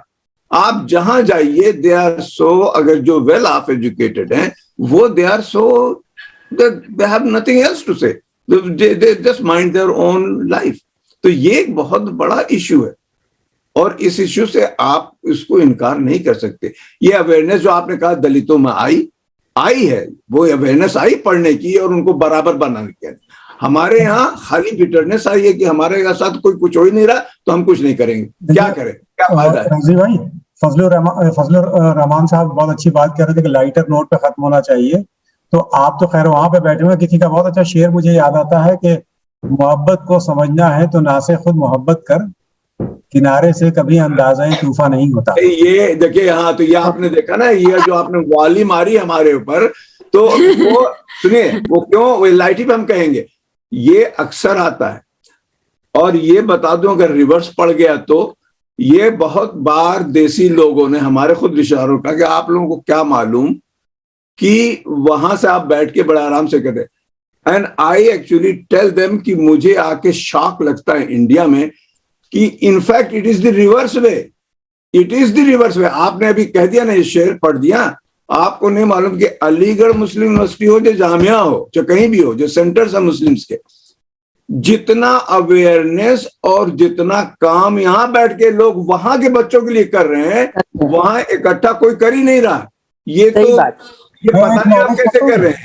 आपने जो कहा ना, ये नहीं आप हम यहाँ बैठ के सब का सब हमने इंडिया के बच्चों, गरीब बच्चों के लिए करते हैं, यहाँ फंड रेज करते हैं। वहां तो हमने देखा कोई करता नहीं, एक लाख। आपको वहां पे ईडी का डर नहीं है रजी साहब? आपके यहाँ ईडी का आपको डर नहीं है जब आप ये काम कर रहे हैं तो?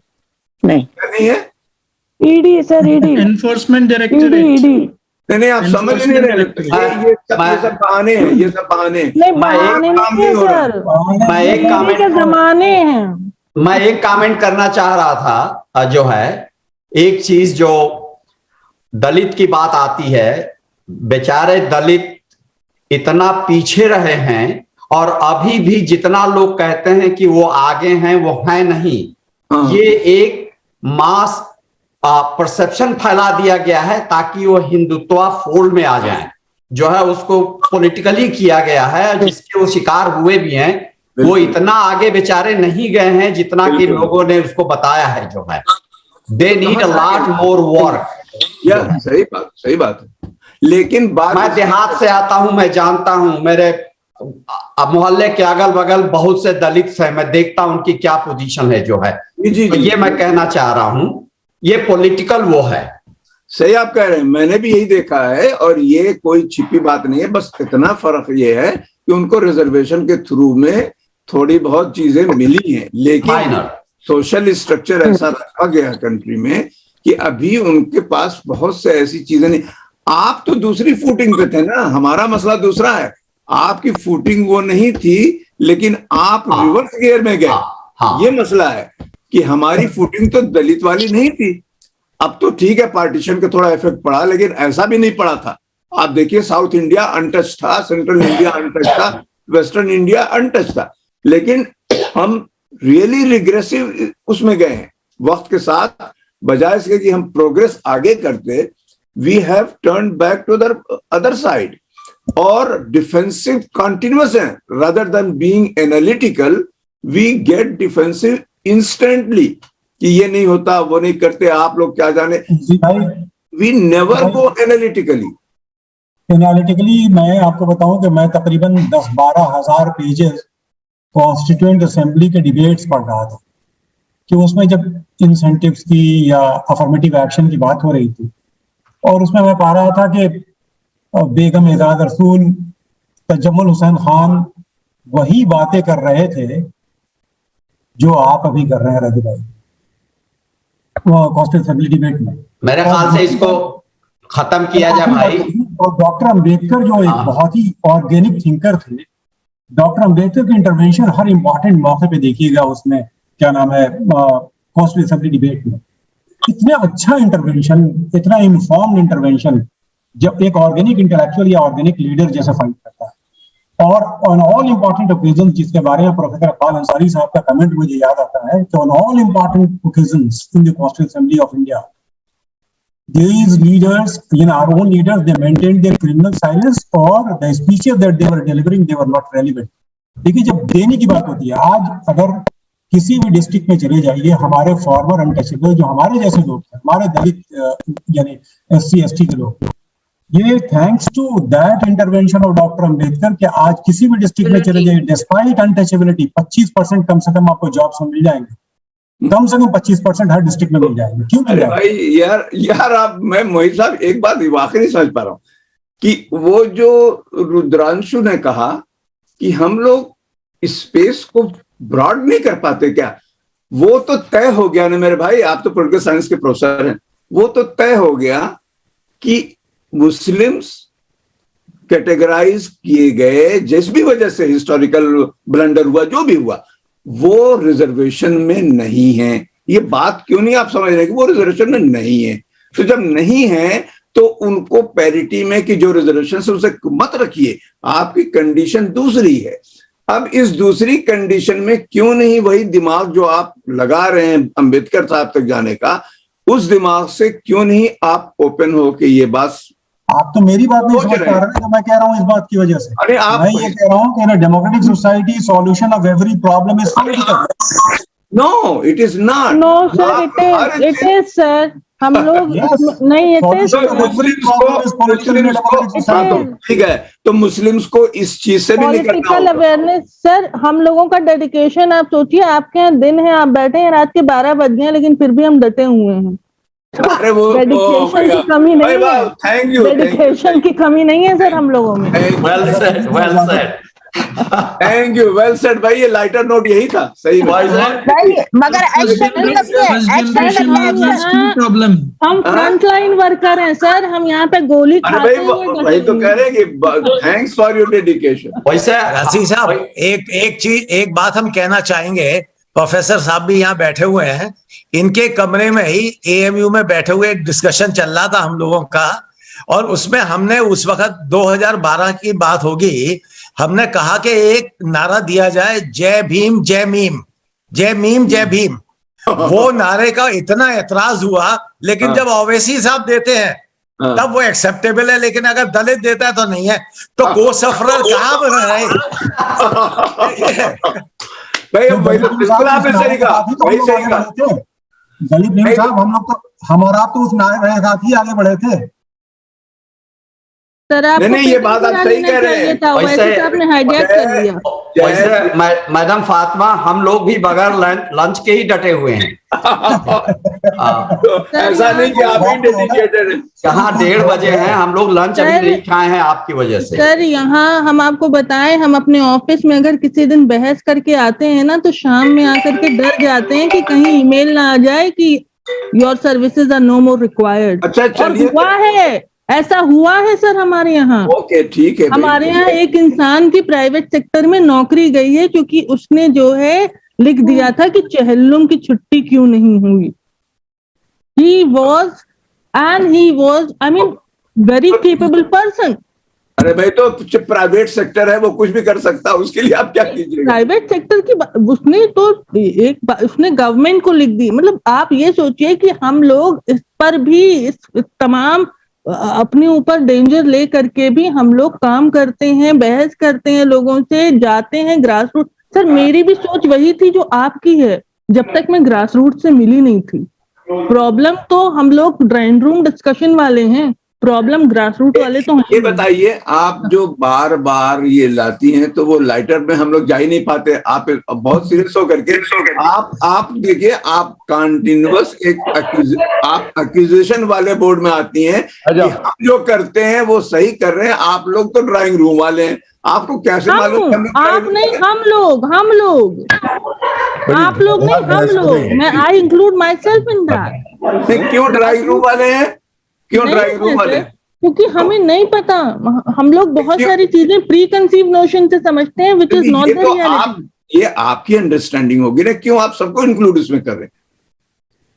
ये क्यों आप कह रहे हैं कि सारे लोग यहाँ जो बैठे हैं ड्राइंग रूम डिस्कशन वाले लोग हैं? आपको कैसे मालूम कि ये लोग क्या क्या करते होंगे? सर, ये जो बात हम कह रहे हैं ना, हम जब कोई बात कही जाती है तो वो सिंबॉलिक कही जाती है, वो आपको नहीं कही जा रही है। नहीं, आप नहीं समझ रहे। मेरे कहने मुताबिक आप मुझको नहीं कह रहे हैं, लेकिन आपको जब ये वर्ड कहती हैं तो आपको कैसे मालूम कि इस पे जो 90 लोग थे, 100 लोग बैठे थे, इसमें कौन लोग क्या क्या करते रहे होंगे या कितनी चीजों में इन्वॉल्व है? तो फिर आपको भी नहीं मालूम ना, आप भी तो वहां बैठ के कह रहे हैं कि यहाँ नहीं करते हम लोग।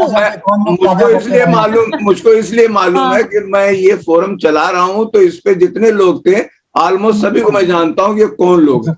ये फर्क था मेरे और आप में, मुझे मालूम है। हम जानते हैं आपको, रजी भाई, हम जानते हैं आपको, आपका इन्वॉल्वमेंट भी जो यहाँ पे है। ये फर्क मैं बता रहा हूँ उन साहबा को कि हमको इसलिए मालूम है कि अगर वो 400 को हम ही लिस्ट भेजते कि वो कौन लोग हैं, कहाँ इन्वॉल्व हैं, कितना लैग करता है और क्या करना है, तो ऐसे ही नहीं ये 1:30 बजे भूखे फजल भाई बैठे हुए हैं, हम भी भूखे बैठे हुए, और ये अभी उठेंगे, अगले हफ्ते की तैयारी करेंगे। तो डेडिकेशन तो है, फूड फॉर थॉट भी तो है यहाँ पे। नहीं, फूड फॉर थॉट ही नहीं। और ये भी बता दें कि ये एक बात हम बता रहे हैं आपको, ये सही है, जितना ओवरसीज में आकर के इंडियंस, चाहे वो जिस कम्युनिटी का है, वो इंडिया के लिए काम करता है, पैसा जमा करने में, उसके लिए लॉबी करने में, वो जब वो वापस जाता तो उसे शॉक लगता कि यार उसी के रिलेटिव्स के कजिन्स ये तो खाली ठाट की लाइफ कर रहे हैं, इन्हें किसी चीज में इन्वॉल्वमेंट ही नहीं है इनका।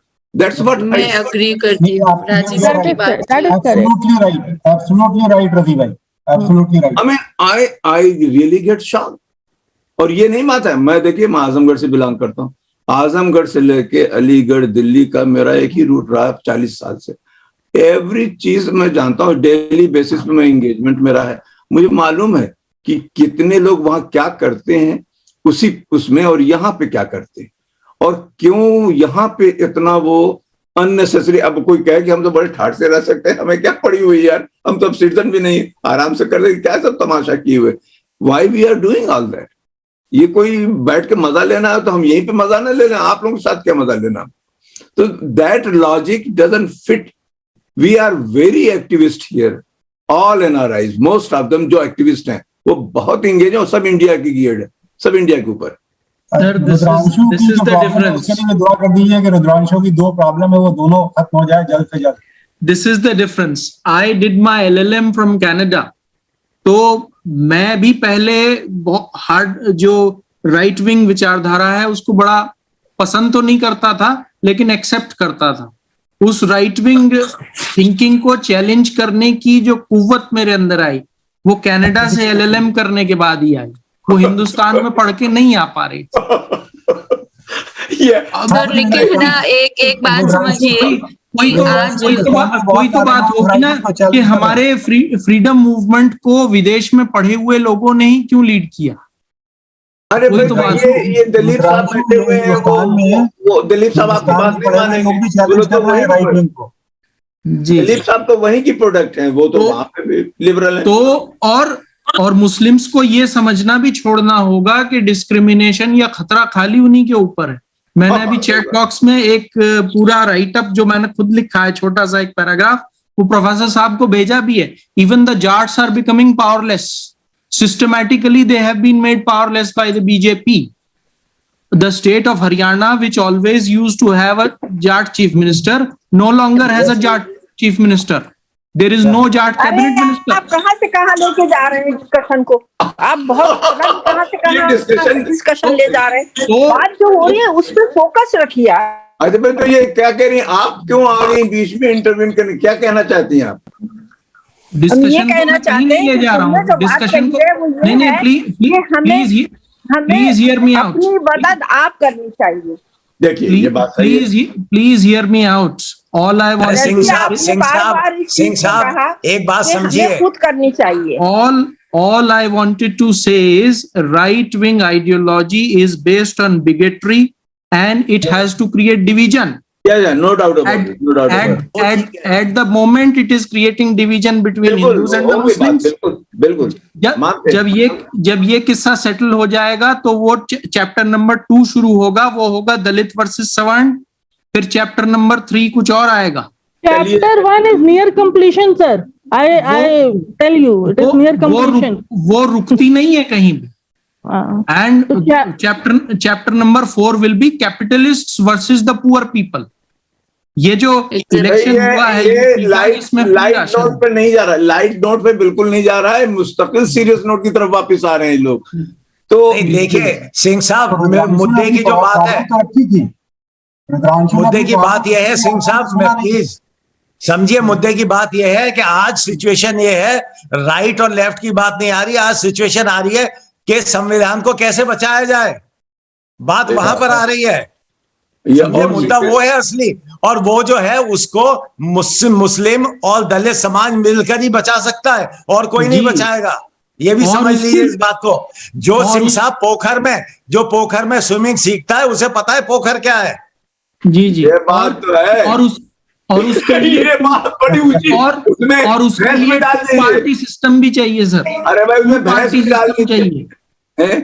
देखिए आप लोग लिए पार्टी सिस्टम चाहिए। अरे भाई प्लीज लाइट हो जाइए, इतना हेवी क्यों लेते हैं अपने सर पे, कुछ देर के लिए लाइट हो जाइए। मैं ये कह रहा था दिलीप साहब की पोखरे में 2-4 भैंस भी डाल दीजिए और देखिए कि उसमें भैंस के रहते हुए आप कैसे तैरते हैं। रियली भैंस से टकरा गए तो क्या होगा, अगर आप सोचिए कि पोखरे में भैंस से अगर आप टकरा गए तो कैसे क्या होगा। वो भैंस के ऊपर भी हम कैनाल में बैठे हैं, लेकिन अब जितने भैंस और भैंसे हैं वो तो सारे जो है उसमें घूम रहे हैं, फार्म्स में। तो ये देखिए ये घूम रहे हैं तो वो मिल ही नहीं रहे अब। ये इश्यू बहुत सही है। आप सोचिए कि पोखरे में भैंस का होना भी जरूरी है और तैरना भी जरूरी है, कैसे होगा ये। नहीं, on the lighter note I would say, you know राजी साहब, on the lighter note I would say कि देखिए जो एफ्लुएंट लोग हैं दोनों कम्युनिटीज में, अगर वो ये सोच लें 2-2, 4-4 बच्चों को हम ये रिस्पॉन्सिबिलिटी ले लें कि उनको एजुकेट करें, उनको रिस्पॉन्सिबल बनाएं और उनको हर चीज से अवगत करवाएं जी, तो बहुत बड़ा हम समाज के लिए काम कर सकते हैं। No doubt about it. This is what the end में आपने बहुत सही बात की और ये सबको समझ है, लेकिन लोग करते नहीं। प्रॉब्लम यही है, सब जानते हैं ये करना चाहिए। तो दिलीप साहब आपकी ईमेल तो मेरे पास होगी, आई एम श्योर। मैंने आपको एक मैसेज भी भेजा था। कब? और वो मैसेज यही था जो हमने प्रोफेसर साहब को भी भेजा था कि हमें क्या चाहिए, हिंदू राष्ट्र चाहिए या बहुजन राष्ट्र चाहिए, do we want a rights nation और we want a majoritarian nation. तो प्रोफेसर साहब तो कुछ नहीं बोले होंगे, हमने भी कुछ नहीं कहा। नहीं प्रोफेसर साहब बोलते हैं, लेकिन वो मैं ये सोच रहा था वो आज के फोरम में बोलेंगे कुछ। अरे भाई वो बहुत सीरियस बात फिर हो जाएगी, आप लाइटर ही पे रहने दीजिए। वो फिर लाइट तो एजुकेशन की कर ही ली ना बात हमने, पोखर की भी कर ली लाइट। हाँ नहीं, पोखर में जब भैंस पोखर में इंटर हुई है वही लाइटर मूवमेंट था, आई थिंक। चलिए भाई हो गया, अब थक गए रियली। Thank you. अगले हफ्ते के लिए आइए, अगले हफ्ते कुछ और फिर बातें होंगी। दिलीप साहब शामिल होइएगा। जी बिल्कुल, बहुत बहुत शुक्रिया। अल्लाह हाफिज, ऑल द बेस्ट। अच्छा discussion, have a nice lunch sir. अच्छा लंच अब बचा कहा है, कुछ होगा तो खा लेंगे। चले प्रोफेसर साहब आदाब। वैसे रजी वो जो आपने पैम्फलेट ब्रोश्योर इसमें दिखाया था जिसमें स्पीकर्स की तस्वीर थी और आपकी भी थी, आपकी तस्वीर बड़ी आंकड़ी हुई थी, जो है वो उसको जरा सा ढीला कर दें जो है। तो वो आंकड़ जब थी तब थी, अब थोड़ी रह गई, अब तो ढीले हो गए भाई। वो आज से हमारे पास अपनी तस्वीर ही नहीं रहती है, 15 साल 10 साल पुरानी थी तो वो लगा दी कि भाई डाई अब भी लगाते तब भी लगाते थे, फर्क असली रंग तो हमारा देखा नहीं किसी ने। तो इसी लाइटर नोट के साथ आप खत्म करते हैं। तो वो हाँ, अकड़ तो कहाँ रह गई, अब खत्म हो गई। तो शादी से पहले की तस्वीर राजीव साहब आपकी बातों में बहुत दम है, दम बहुत दम है। बहुत है। आप जब घर जाइएगा तो सोचिएगा कि भाई पोखरे तक तो आप आए, लेकिन भैंस हमने डाली थी पोखरे में। गंदी है आजकल तो सर। बिल्कुल सही कहा आपने, बिल्कुल सही कहा। अच्छा भाई, thank you all, thank you, फिर मिलेंगे। ओके, खुदा हाफिज। गुड।